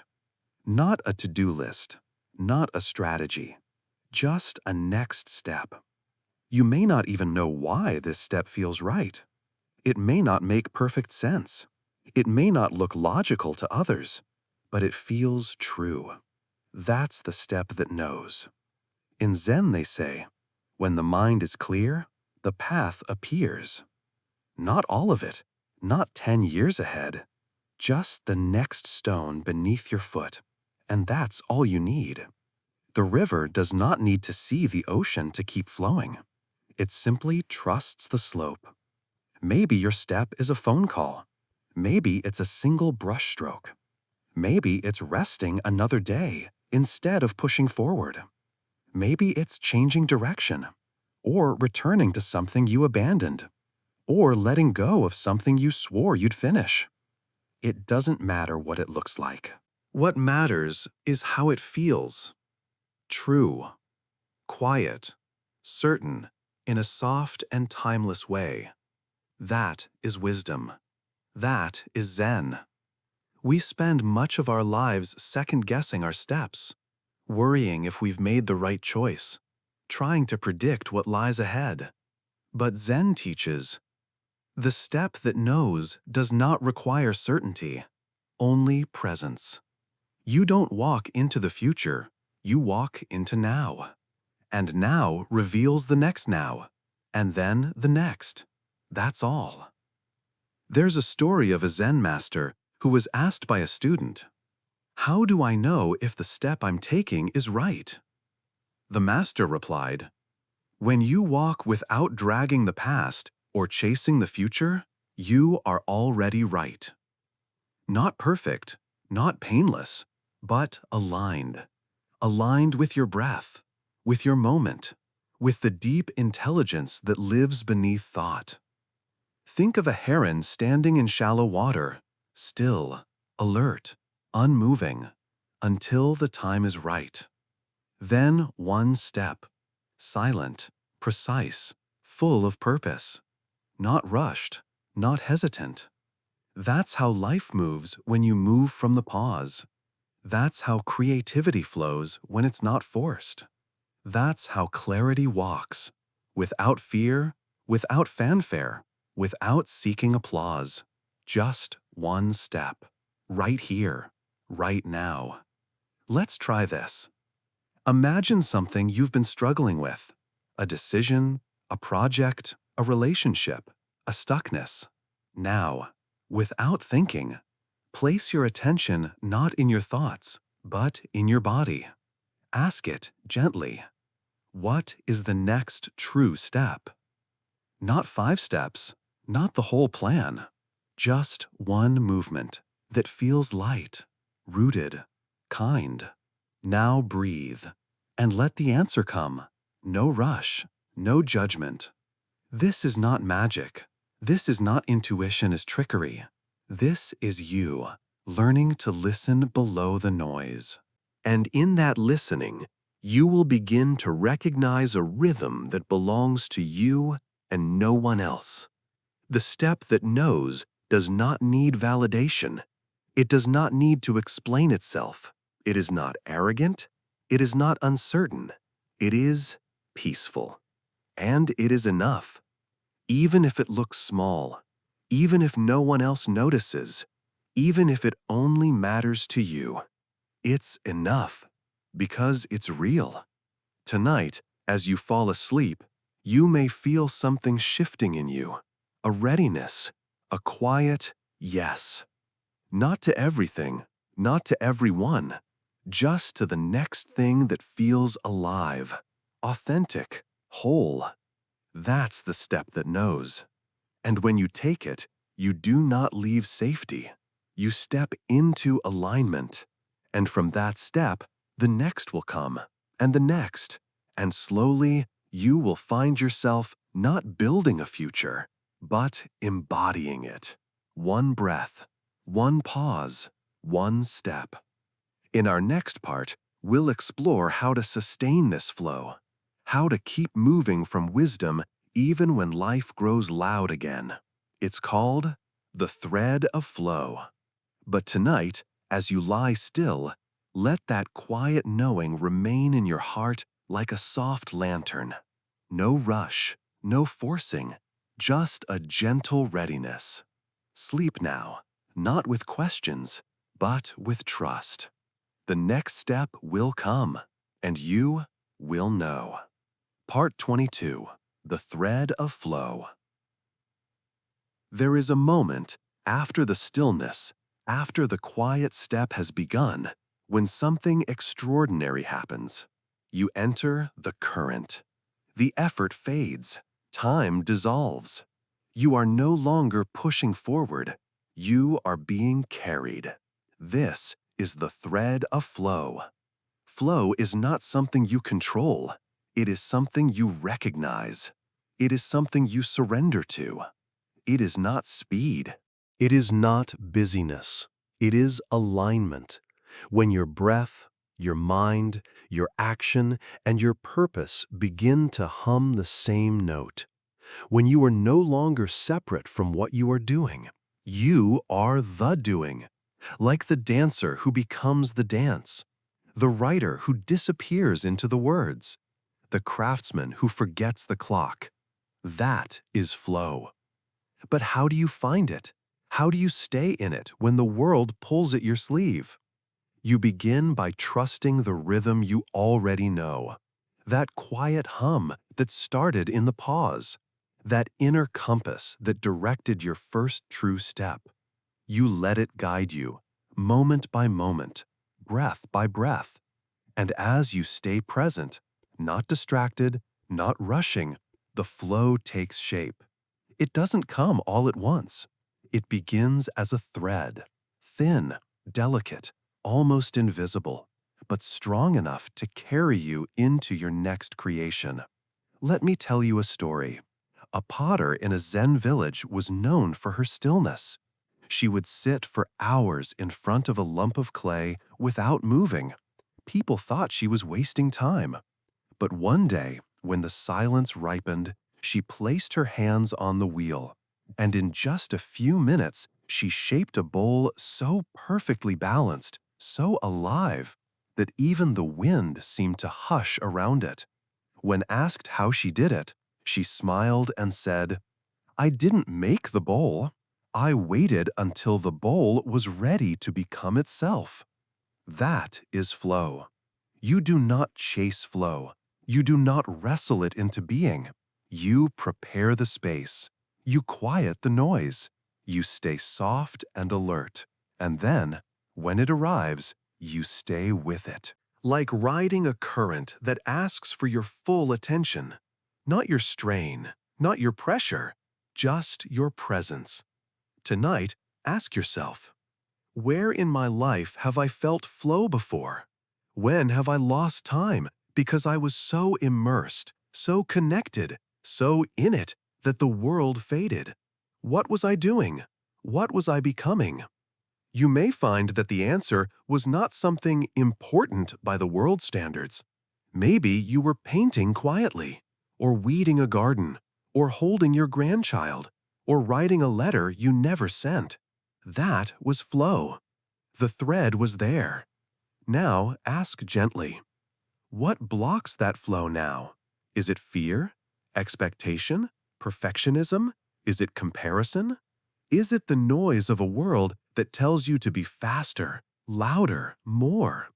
Those are the knots that tangle the thread. Zen invites you to unfasten them, not with force, but with attention. Let them fall away by simply not holding them. And soon, the thread will loosen, and you will feel it again. The thread of flow asks one thing of you. Be here, fully, lovingly, willingly. Not as a prisoner of time, but as a partner in creation. You don't have to know the whole story. You don't have to see the entire road. You only have to stay with the moment you are in. Let it bloom. Let it show you what it wants to become. That is the Zen way. There is a Japanese art called kintsugi, the practice of mending broken pottery with gold. The cracks are not hidden. They are illuminated, honored. The bowl does not return to what it was. It becomes something new, beautiful because of where it broke, because of how it was put back together. Flow, too, can carry your broken parts. It does not need you to be whole before you begin. It only needs your honesty, your willingness, your quiet return to what is waiting in you. Let us breathe together now, slowly. No destination. Just this inhale, just this exhale, and in between, feel for the thread. Not in your mind, not in your plans, but in your chest, in your hands, in your breath. Feel it gently weaving you into the fabric of your life. No effort, only attention. No striving, only being. In the days ahead, you may find moments when the flow rises again. Let it. Don't question it. Don't apologize for it. Don't overthink it. Honor it. Whether it lasts 10 minutes or 10 hours, you are not wasting time. You are in time, fully, at last. And if the flow fades, as it always does, do not mourn. That is its nature. It is not a switch to turn on. It is a tide that comes and goes. When it recedes, you return to stillness, to the pause, to the knowing, and you wait. Not empty, but ready, until the thread returns and you follow again. In our next part, we'll explore how to return to this flow when life disrupts it, when noise returns, when stress interrupts, when your mind pulls you away. We'll call it returning to center. But tonight, rest here. Feel the thread again as you close your eyes. Let it rock you like water. Let it sing to you without words. You are not behind. You are not late. You are exactly where the thread has led you. Sleep now, and let it carry you into the next quiet knowing. Part 23, Returning to Center. Life moves. People change. The phone rings. The bills arrive. The mind wanders. The flow you once touched now feels like a memory, like a dream you woke up from too soon. You try to chase it, but it slips through your hands. The stillness is gone, the clarity distant. And yet, the center remains. It was never gone. You simply turned your face from it. In Zen, we do not fight the noise. We do not wage war against the chaos. We return, again and again, without shame, without judgment. Like the tide returns to the shore, like the breath returns to the lungs. We return to center. But what is center? It is not a location, not a concept. It is not something you find. It is something you remember. It is the place inside you that does not panic, that does not rush, that does not shout. It watches, it breathes, it waits. Center is not a fortress. It does not keep trouble out. It is a sanctuary you carry within, no matter where you go. Even when the wind howls, even when your thoughts race, even when the world pulls at your sleeves, it's there, soft, unmoved, patient. Let us go there now, together. Close your eyes. Breathe in and out. Gently. Feel the tension in your chest. Let it soften. Feel the tightness in your jaw. Let it melt. Feel the rush in your mind. Don't fight it. Just allow. And behind the noise, do you sense it? That gentle pulse, that quiet presence, like a soft lantern flickering in the cave of your being. That is center. Returning to center is not about becoming perfect. It's about becoming present. Not fixing everything, just remembering where you truly live. Not in the headlines, not in the to-do list, not in the endless scroll of what-ifs. You live in your breath, in your body, in this sacred now. When the mind spins, you don't have to follow it. You don't have to catch every thought like a fly in a jar. You can let them pass like clouds. You can whisper, "Not now. I am returning." You are not running away. You are coming home. Sometimes returning to center is as simple as touching the earth, walking barefoot on grass, holding warm tea in your hand, listening to birds without needing to name them. Sometimes it is prayer, or silence, or tears. Sometimes it is a deep breath in your car before going inside. Sometimes it is a moment alone in the bathroom, palms over your heart, eyes closed. There is no right way, only the way that calls you. Center is not glamorous. It won't get applause. It won't solve everything instantly. But it is the place where your choices begin to make sense again, where your voice sounds true again, where your creativity wakes up again, where your peace returns, not as an escape, but as a foundation. There's a Zen saying, you should sit in meditation for 20 minutes every day, unless you are too busy. Then you should sit for an hour. What does it mean? It means the more chaotic your life becomes, the more urgently you need to return.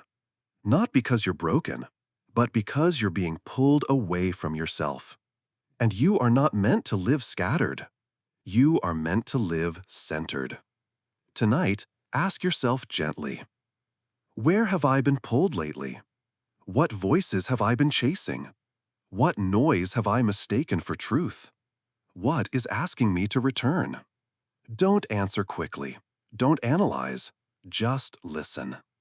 Softly, kindly. And when the answer arises, say, I see you. I'm coming back. Not as punishment, not as correction, but as restoration. There is a river inside you that has never stopped flowing. A silence that has never stopped singing. It waits. And every time you remember it, it welcomes you as if you never left. No shame, no guilt, just presence. Imagine now you are holding a red thread in your hands. This thread connects you to the center of your being. You dropped it for a while. That's okay. Now pick it up. Feel its warmth. Feel how it hums with the rhythm of your truth. This thread will not tangle if you hold it with care. And whenever you feel lost, pull gently, and it will lead you back, always. This is not about escaping life. It is about living it from the inside out. Letting the center move into your thoughts, into your words, into your work. Letting your flow come not from pressure, but from peace. This is the art of Zen problem solving. Not solving everything with speed, but meeting everything with stillness, and then creating from there. In our next part, we'll talk about what happens when your center meets a challenge.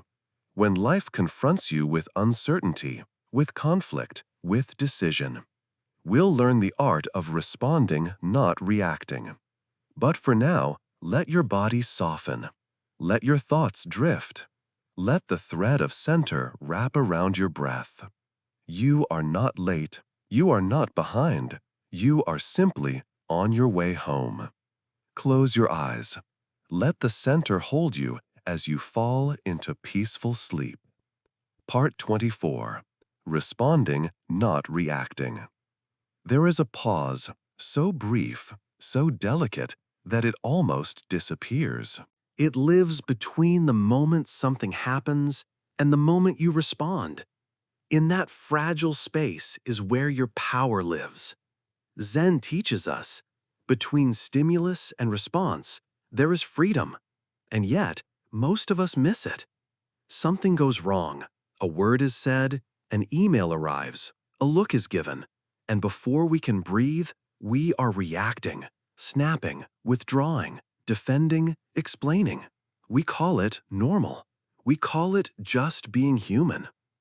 But what if there's another way? What if we could pause? What if we could enter that space, that breath, that sliver of stillness, and choose? Reaction is fast. It comes from habit, from wounds, from fear. It doesn't ask for your permission.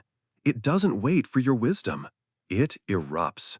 And often, it brings more harm than healing. Response is different. Response comes from presence, from clarity, from the center we returned to just one part ago. Response takes a breath before it speaks. Response sees before it judges. Response listens before it moves. You are not here to live like a matchstick, struck into flame by the friction of the world. You are here to live like a candle, steady, offering light from the flame you tend within. Let me tell you a story. A student once asked the Zen master, "Master, how do I deal with difficult people?" The master poured a cup of tea and handed it to the student. The student took the cup, confused. He waited. Nothing more was said. Eventually, the master smiled. "You see," he said, "you took the cup. You did not throw it. You did not smash it. You received it. You made a choice." Every moment is like that cup. You can hold it. You can set it down. You can examine it before drinking. But first, you must see that it was handed to you. Not you, not your identity, not your worth. Just a moment arriving. And now, you choose. To respond does not mean to suppress. It does not mean to deny your anger or swallow your pain. It means to meet those feelings with awareness, to let them rise without letting them rule, to say inwardly, "Ah, anger is here. Let me listen." And then ask, what is the kindest, wisest action from this space? Reaction asks, how do I defend myself? Response asks, what will bring truth and healing? Reaction tightens the chest. Response opens the breath. Reaction rushes. Response arrives slowly. And in that slow arrival, you reclaim your power. Tonight, you may think back to moments where you reacted. Maybe you regret them. Maybe they left echoes. That's okay. Zen teaches, every moment is a fresh beginning. You don't have to fix the past. You only have to meet the next moment with more gentleness. You are not your reaction. You are the one who can choose again. Let us try now a simple practice. Close your eyes. Imagine a recent situation that made you upset. Notice what happens in your body, the tightness, the heat, the speed. Now pause, breathe, loosen your jaw, drop your shoulders, and ask, what else is here? Not the story, not the blame, but underneath. Is there sadness, fear, a need that went unmet? Now ask, what does the wise me wish to do? Let that question echo.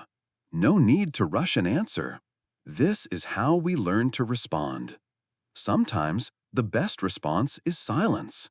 Sometimes it is a soft boundary. Sometimes it is choosing to walk away without closing your heart. Other times, it is speaking with clarity and calm. But always, it is chosen, not triggered. This is the Zen way.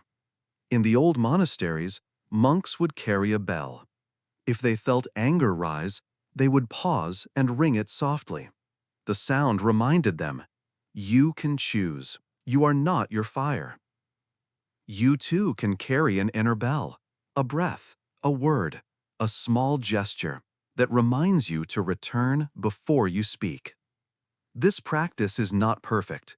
You will still react sometimes. We all do.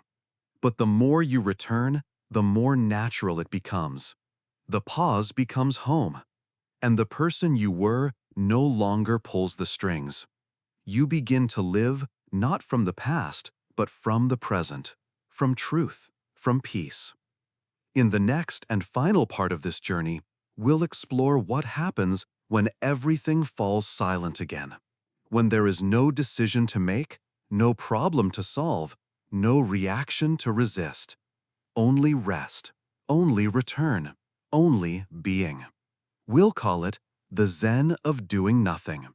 But for now, rest in this moment you've just created. A moment you chose. Not because it was easy, but because you were present. Close your eyes. Feel your heart beating a little more gently. You are not the storm. You are the one who watches the sky. Sleep now, and let the response become your rhythm. Part 25. The Zen of Doing Nothing. What if I told you?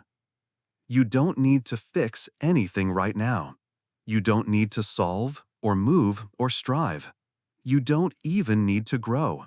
You can simply be. Not be productive, not be smart, not be helpful, not even be wise.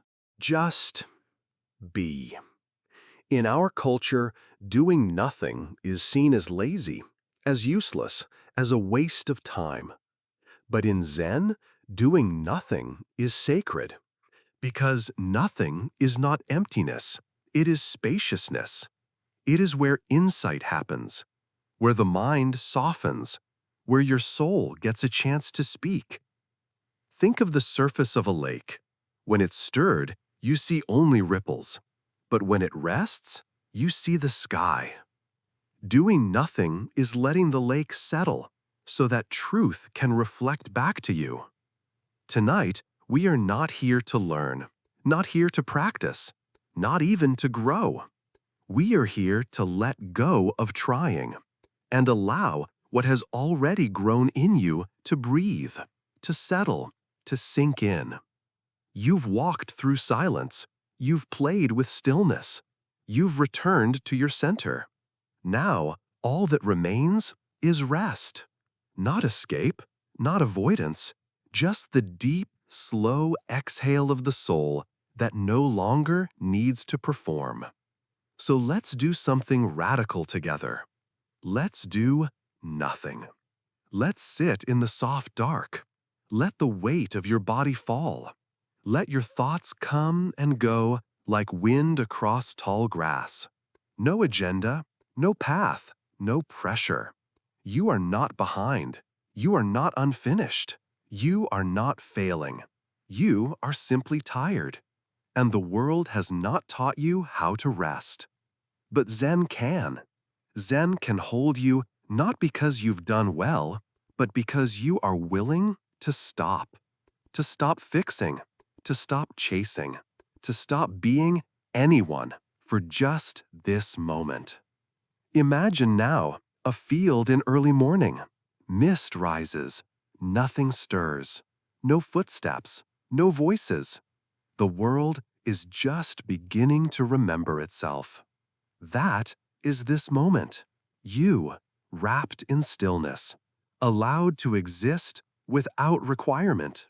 That is the Zen of doing nothing. Stillness is not absence. It is presence unburdened. You are still here, but now without effort, without goal, and in that, the deepest creativity awakens. Think of a tree in winter. It does not bloom. It does not bear fruit. It does not improve. And yet, its roots deepen. Its silence strengthens. It prepares without urgency. It rests without shame. So can you. You've journeyed far through these 25 parts. You've breathed. You've paused. You've let go. You've listened. Now you arrive at the gate of non-doing. Not to stop life, but to meet it without armor. To taste each moment as it is. To be the lake instead of the storm. To be the field instead of the road. To be the presence instead of the reaction. Tonight, do nothing. Let the dishes wait. Let the thoughts float. Let the world turn without your supervision. You've carried enough. Now let the breath carry you. Lay down. Feel your body supported. The earth beneath you has never asked you to be more. It only asks that you arrive, fully, softly, with breath, with heart, with nothing in your hands. There is nothing missing in you. Let that sentence stay. Don't chase it with thought. Just let it sit beside you like an old friend. You don't have to impress it, or change for it, or explain why you're not enough. It already knows. You are. You are enough. Even now, especially now. Let go of effort. Let go of improvement. Let go of the list, and come as you are. Not the thinker, not the doer, just the being. You may feel emotions rise, a sadness, a relief, a still ache you forgot was there. Let them come. They've waited for your stillness to speak. You don't need to fix them. You only need to witness. With breath, with warmth, with nothing to prove. And now, with your eyes closed, body softened, mind resting like a feather on the water. Let us end where we began, with breath. Inhale gently. Feel it arrive without effort. Exhale slowly. Feel it leave without resistance. Let it happen on its own. As you do nothing. As you rest. As you are. Thank you for walking this journey with me, for breathing, for listening, for returning. There is no final lesson, no grand secret, only this. Peace is not something you find. It is something you allow. And it begins when you do nothing. Let the silence carry you now. Let sleep wrap around you like a soft robe of light. You have done enough. You have become enough. You are enough. Good night, and may stillness stay with you long after the sound fades.